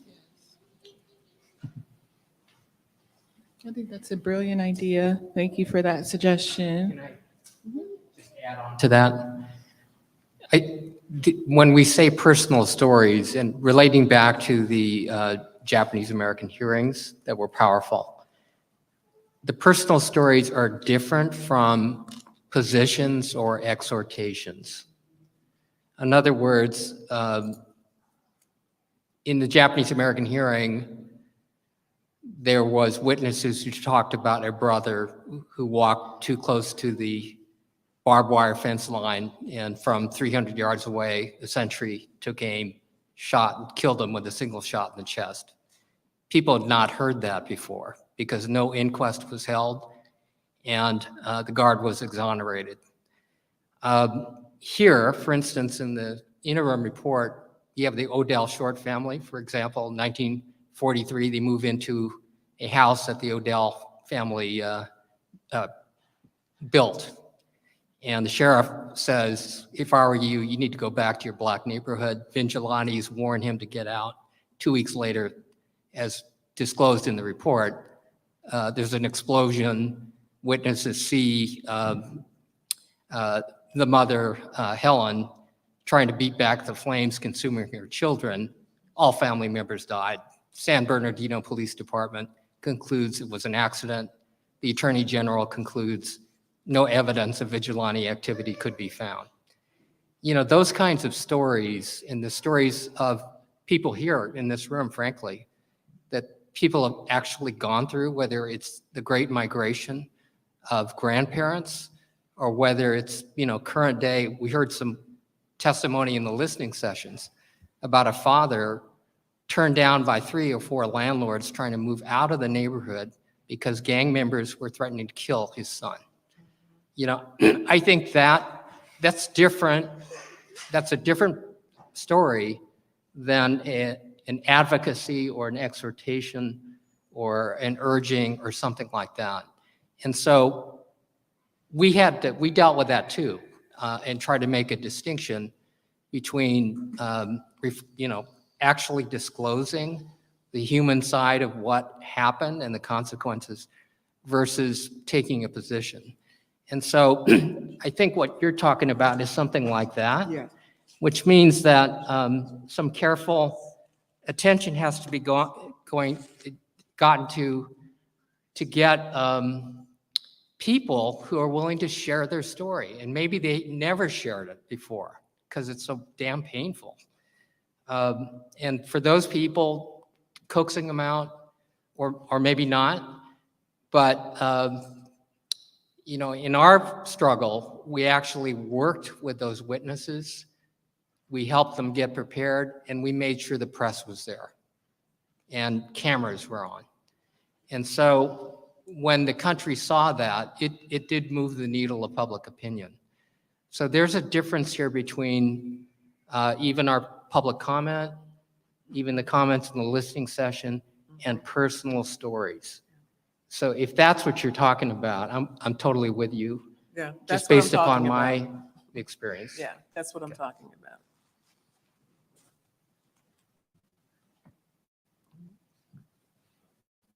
So was that just one meeting or over a series of? Well, and I guess it raises a question about whether we could actually do this effectively within the context of all the business we have to do in our public hearings. But if you're asking me about the commission hearings, we had 10 of them in every major city, and they were 1- and 2-day events.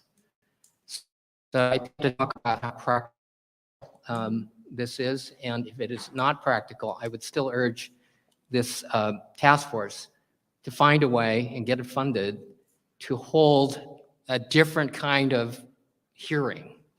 And if anybody's interested in video clips of the hearings that we had, they're quite dramatic. I mean, in some of these places, there wasn't a dry eye in the room when people got through, testifying.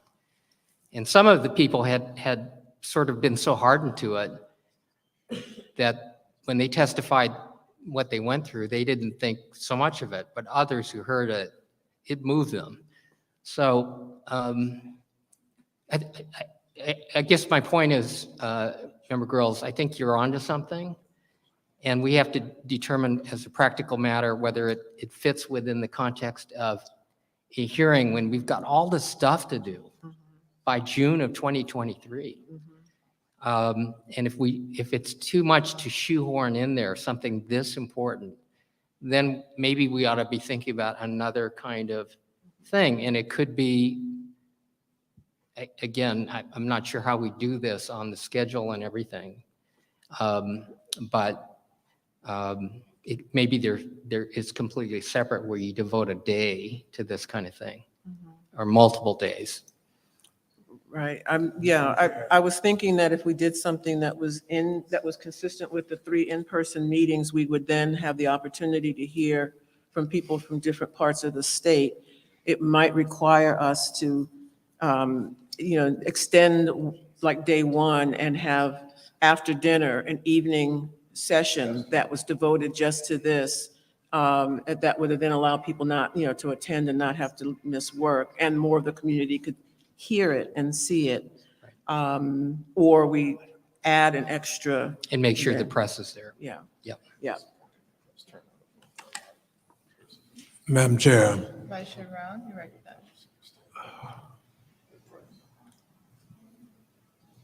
all we have to do is extend the invitation. People will show up. Just let them know. They will be. All we have to do is let them know, get the word out, and know the network that really gets the word out and cover all 4 corners of these communities. They will come, but we got to get the word out. Visually, orally, and written.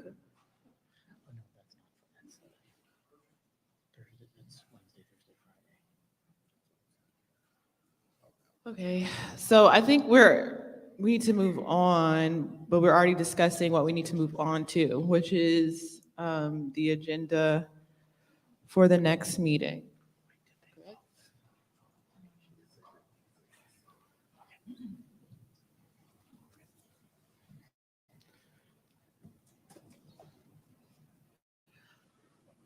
But yeah, just to tie up loose ends, I think, again, what Member Girls offered is brilliant. I'm personally in favor of those evening sessions after the 3 in-person, after each of the 3 in-person meetings. We also are in the process of hiring a communications consultant. So in the event that we wanted to do a separate event, in light of what Tamaki said, we could work on that through them. There's also probably space and time at our final hearing, where press definitely will be there in full, and we could allow space and time for additional personal testimony on those 13 areas as well. Chair Moore, excuse me. For the December meeting, we have the quorum for the Wednesday, Thursday, and Friday.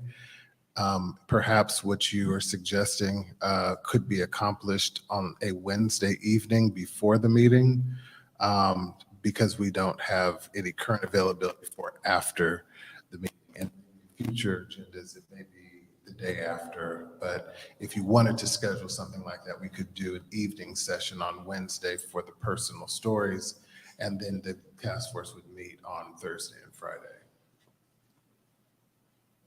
Okay, thank you for that. Are we meeting on Tuesday evening? For December, the quorum is on Wednesday, Thursday, and Friday. Thursday would be better. So then that would just be an evening session following the conclusion of the task force business.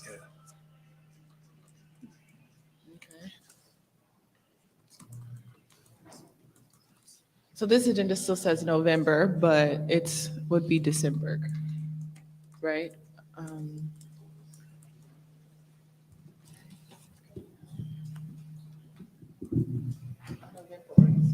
So the agenda that was circulated, because of the votes and the way everything's been set up with the advisory committees during this meeting, doesn't necessarily reflect the conversation. So the task force can really do whatever it wants with this agenda. Okay. It still could work if you want to have a testimonial focused meeting. But we will need to add in time for reporting out from the experts and advisory committees on the interim and final recommendations as we laid out in the future meeting plan. If I could add something. Member Tamaki, you're recognized. Yeah, so again, this is just me thinking out loud, just based upon what our community went through. If we do this, it should be done with some care. It should be orchestrated and prepared. In other words, if we just call for people to come out, it might work, it might not work. We, in our community, we had to identify people who had good stories and arrange for the press to be there, arrange for community support to be there. And it takes a lot of work to do that. So, it's produced, actually. The stories are authentic, they're accurate, they're true, but it still has to be produced. And, you got to have also the media there. So there's a fair amount of preparation that goes into this. So if we make this commitment, that means we really got to get behind it. And if it's in Oakland, to work with local folks there to identify, some key people. I mean, others could be there too, but identify key people that really, really have compelling stories. And there are there, but people have to be approached. So that's just, one caution I want to throw out. I think that would be too soon to try to come up with this by December in Oakland.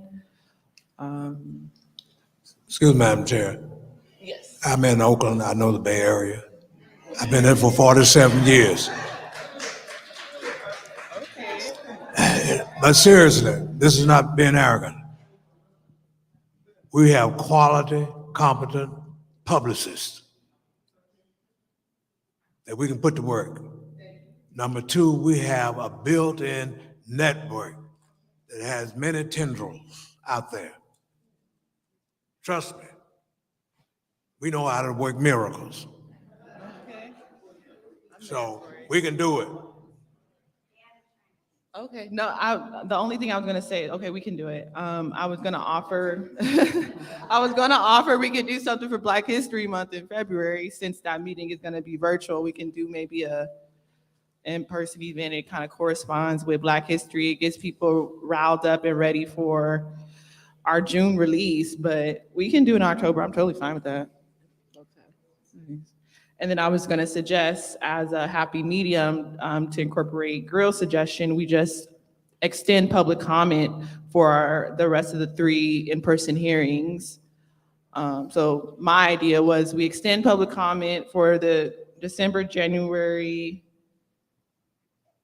and February meeting, and we do an orchestrated event in February for Black History Month or something like that. But that's just my idea. I don't dictate or decide. We can do both.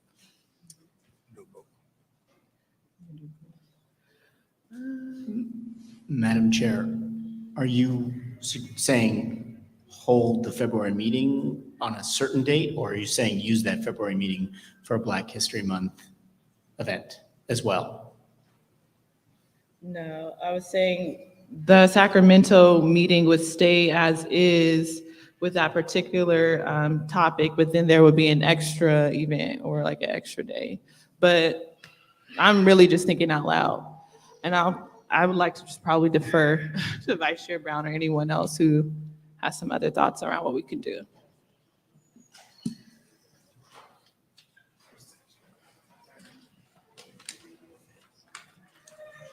Another thing that I just want to get out there, I think, which corresponds with what Mayor Lee said, I want to get you all's thoughts as my fellow task force members about the idea of inviting different leaders throughout California who are heading municipal, city, or county reparations initiatives across the state.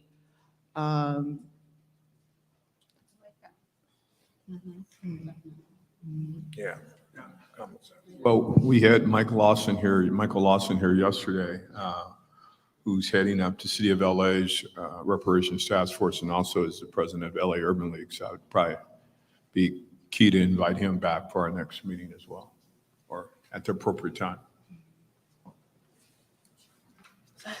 So I had a question to the attorneys. So for the December, the December meeting where there's 2 witness panels, do you think that could potentially be an appropriate time to invite, these city and county leaders of different reparative justice measures? Would that assist in our work at all at that particular time? Hold on. So first of all, you all can set the panels however you wish.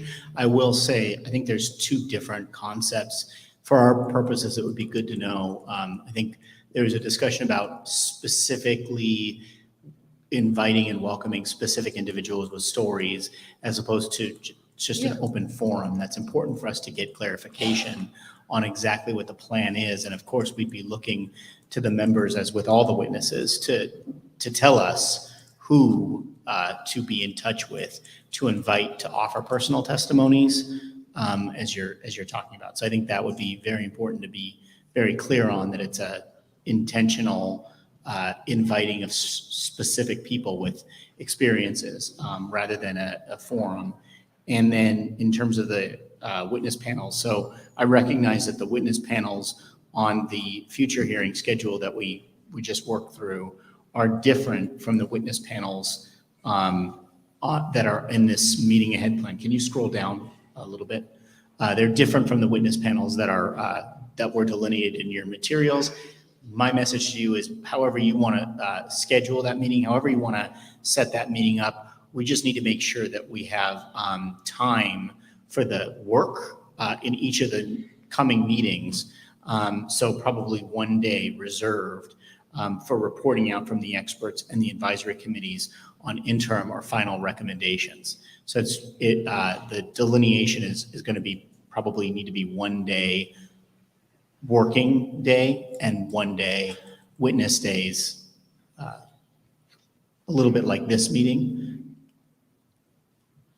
But I want to make sure you all have time to hear from the other advisory committees, weigh what's being discussed, and make the decisions that'll need to be made. And I wanted that to cut into witness testimony.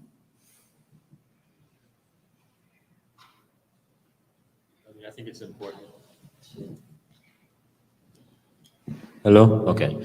I think it is important to try and liaise with, the different municipal organizations that are working on these questions. I think it would be opportune to do it in the Oakland meeting, given the fact that in the Bay Area, there are several different cities and counties who are working on some variation of a local reparations initiative.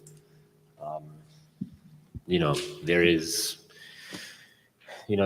CARA 5 working on kind of like a Black New Deal program in Oakland. There is, of course, San Francisco and Alameda counties, respectively, working on their initiatives. There's the city of Hayward working on a Russell City initiative. So I think, given that those are like 4 or 5 that I just named, they're all in the Bay Area.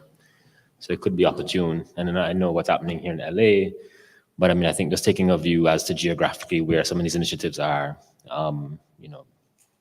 having that happen in Oakland might be beneficial. Okay. So would that look like just an additional panel or reserved for those leaders, or?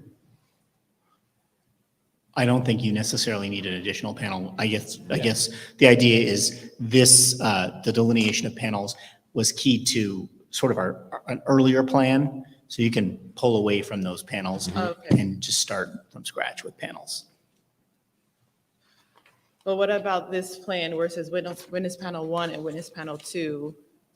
Those are still on the table, right? Yes, you all can do whatever you want.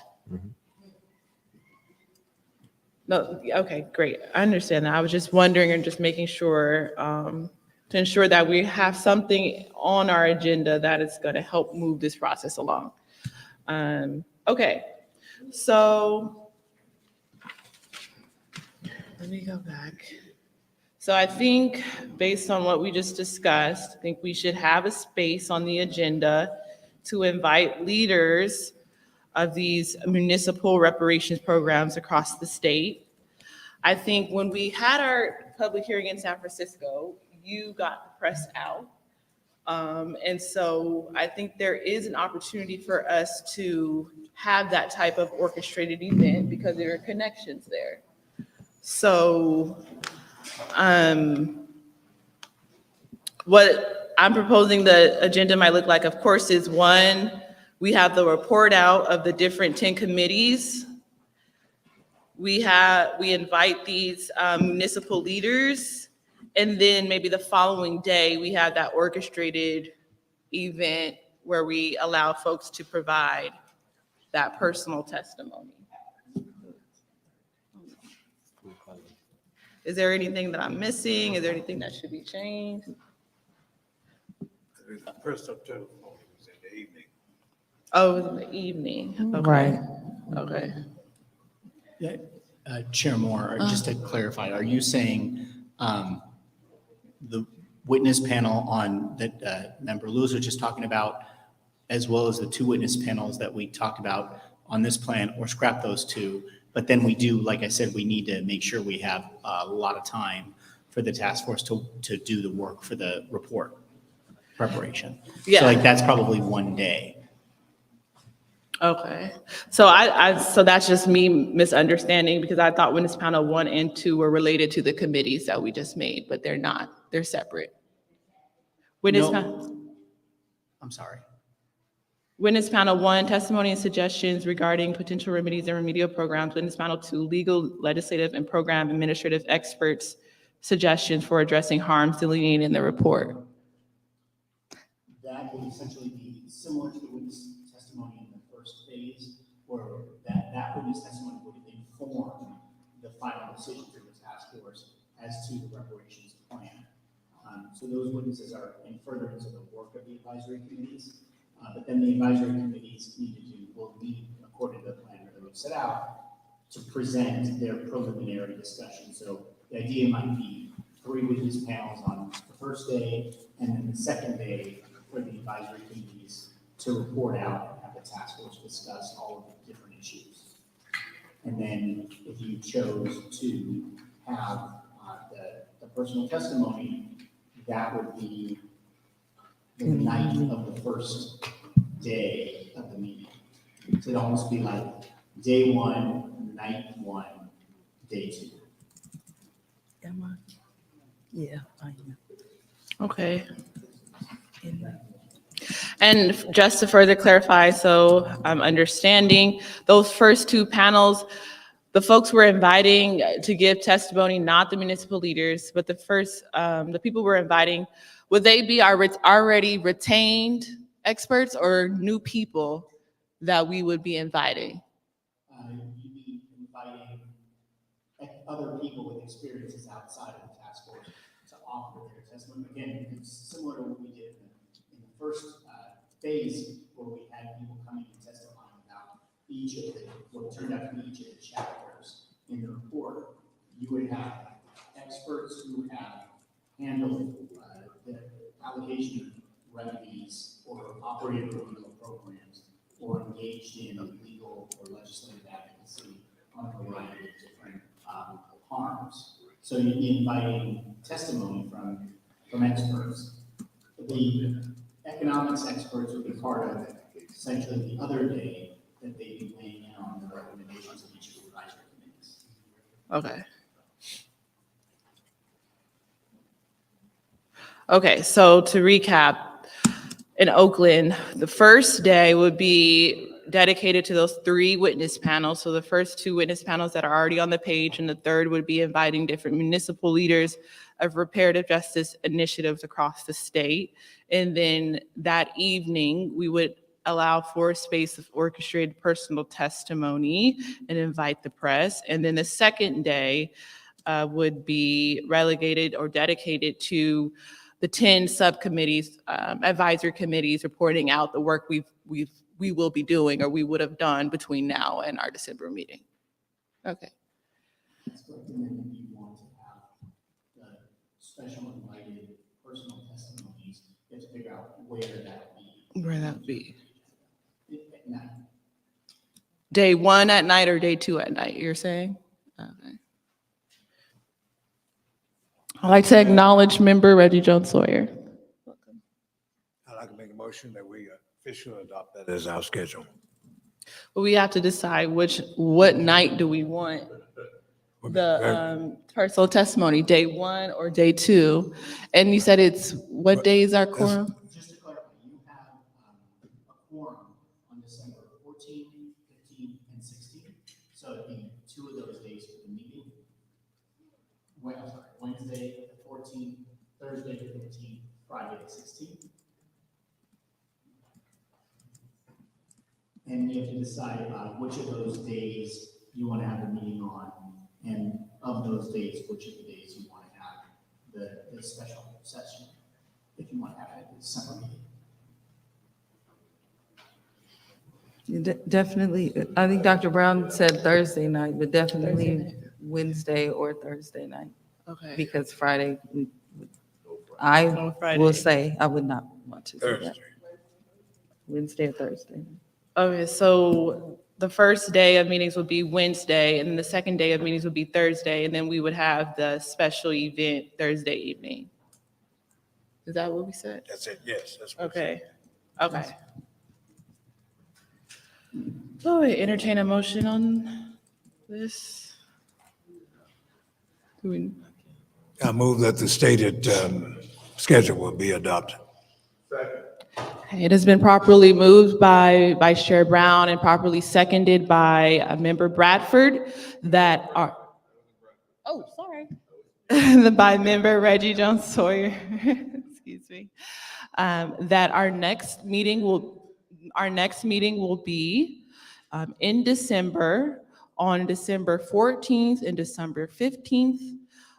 That's a Wednesday and a Thursday. So the first day, December 14th, would be dedicated to 3 witness panels. The first 2 panels we've already discussed, that's on the page. The second or the third panel would allow for us to invite municipal leaders of different reparative justice efforts across the state. And then the second day would be dedicated to the 10 subcommittees that we created this afternoon to give out reports as to the work that we've been doing over the past 2 months it will be. And then that night, Thursday evening, invites to provide personal testimony on the 13 harm or atrocities outlined in our interim report. And we will invite press. Is there any discussion on the matter? Hearing no further discussion, I'll turn to Parliamentarian Johnson so we can establish a roll call vote. Thank you, Madam Chair. I will be beginning the vote with a call from Chair Moore, Aye. Vice Chair Brown, Aye. Member Bradford, Aye. Member Grills, Aye. Member Holder, Aye. Member Jones Sawyer, Aye. Member Lewis, Aye. Member Montgomery Stepp, Aye. Member Tamaki. Aye. Madam Chair, there were 9 members present and voting. There were 9 ayes and 0 nays. Thank you. There are 9 ayes and 0 nays. The ayes have it, and so the motion carries. The next item on the agenda is unfinished business and potential action. Before I don't think there's any unfinished business, but I'll ask the DOJ if there is. But since Reggie or Member John Sawyer is here, I wanted to ask Member Jovan Scott Lewis if he could update Member John Sawyer on what we discussed in terms of the 10 subcommittees or 10 advisory committees. No, In terms of what? because we assigned you work. So okay. It's right in your wheelhouse. I'll talk to you about it. We'll be working on it together. Okay. All right. I guess people are ready to go. All right. I haven't, Go ahead. I have an item. Okay. So, did you have something? Yeah, I have an item. Go ahead. If we're still on unfinished business, I know that stuff got moved to unfinished business yesterday. And it's also related to what we just discussed, which is the next month's meeting. I think that, given the fact that there's legislation pending that could change the scope of power and work and the time frame of AB 3121, we have an obligation to discuss the change as a task force. And if and when it happens, I think that, we're going to have to address it as a task force and think about how it's changing our scope of work, adding to our powers, and adding to our time frame. So I think it's going to be important for the next meeting, when we will have definitive information whether or not these changes and amendments are occurring, that we reserve time to discuss and, if necessary, take action related to the new powers authorized in any amended legislation. So I would move that we reserve time in the next meeting to discuss that issue. Can I ask for clarification on that? The governor may not sign that, so it just sounds to me like, oh, wait, hold on. If the governor does sign it, we absolutely have to discuss it. If the governor doesn't sign it, it's a moot point. Exactly. So I guess the motion would be, the safest motion would be a contingent motion, that if the governor doesn't sign, it appear as an agenda item because there's nothing to discuss. But if the governor does sign, I think we have a duty to discuss it. So if the parliamentarian can provide some guidance as to whether such a contingent motion is appropriate, it seems to me that if it is, that would be the appropriate way to frame this. And it becomes a non-issue if he doesn't sign. But if he signs, I think vetoes it. If he signs it, then I think we're duty bound to discuss it, because it's the change in the law. If the bill is signed, then it would be relevant to the motion that would be made. It would be appropriate. So if you do a contingent motion, then it would be framed that in the event the bill is signed, then you would like an agenda or an agenda item to discuss whatever this new motion is. Okay, so then I'll craft a motion that in the event that the bill is signed that amends the powers under AB 3121, we reserve 60 minutes in the next meeting to discuss, and if necessary, take action related to those new powers authorized in any amended legislation. That's fine. I would recommend that you put the bill number in so that you know what bill you're talking about. 22, can you interlineate 2296 so I don't have to say it all over again?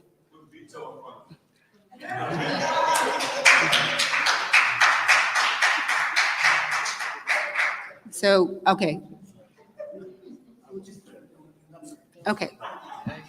She gonna do it. Yes. Well, that's the chair's correct. The chair is now right for a second. Second. It has been properly moved by Member Holder and then properly seconded by Member Jones Sawyer that if Governor Gavin Newsom signs AB 2296 into law. 60 minutes will be reserved on our agenda for December to discuss next steps. Is there any discussion on the matter? Madam Chair. Yes, you're recognized. I would like to speak in opposition to that.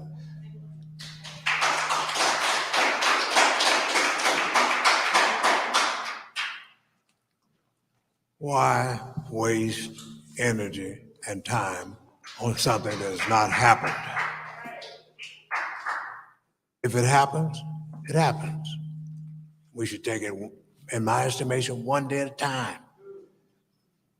Because basic and fundamental, as I've said all along, it's just my little opinion.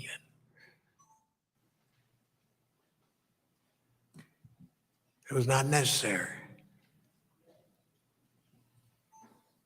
Now, why should we spend our time discussing something that hasn't happened? And if he does, then we have to deal with it. Make a comment? Yeah. So I think you're absolutely right, Dr. Brown. If it's vetoed, then it doesn't, according to this motion, it's not on the agenda. We waste no time. But if it is signed, we won't be able to discuss it in December because it hasn't been agendized. It's my understanding, the way it works. So the safest thing to do is to pass a contingent motion that gives the possibility for that option. If it's not signed, nobody wastes time on this. If it is signed, I think we're duty bound as early as possible to discuss it. And the task force may decide to do nothing, but at least it should be on the agenda for discussion. But provided that it's signed. If it's not signed, no discussion. Is there any other discussion on the matter? Hearing no further discussion, I'll go to Parliamentarian Johnson to establish a roll call vote on the motion. Thank you. Chair Moore, Aye. Vice Chair Brown, No. Vice Chair Brown votes no.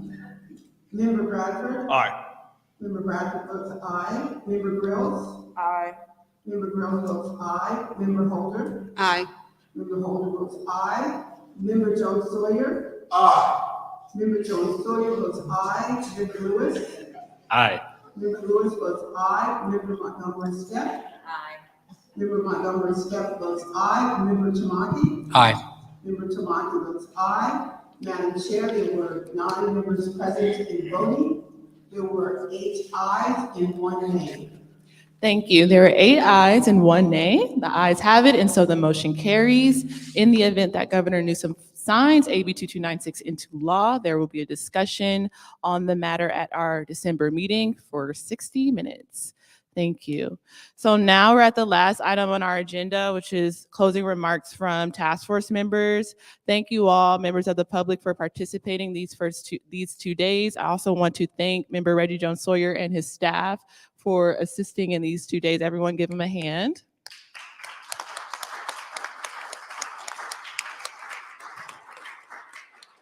All right. Is there any other closing remarks from our task force members? I want to say real quick, we also are available to gather people to tell their stories in San Diego as well, if that is needed, and we continue in that vein. Thank you. Thank you. Okay. Hearing no other closing remarks, this meeting is now adjourned. Thank you all.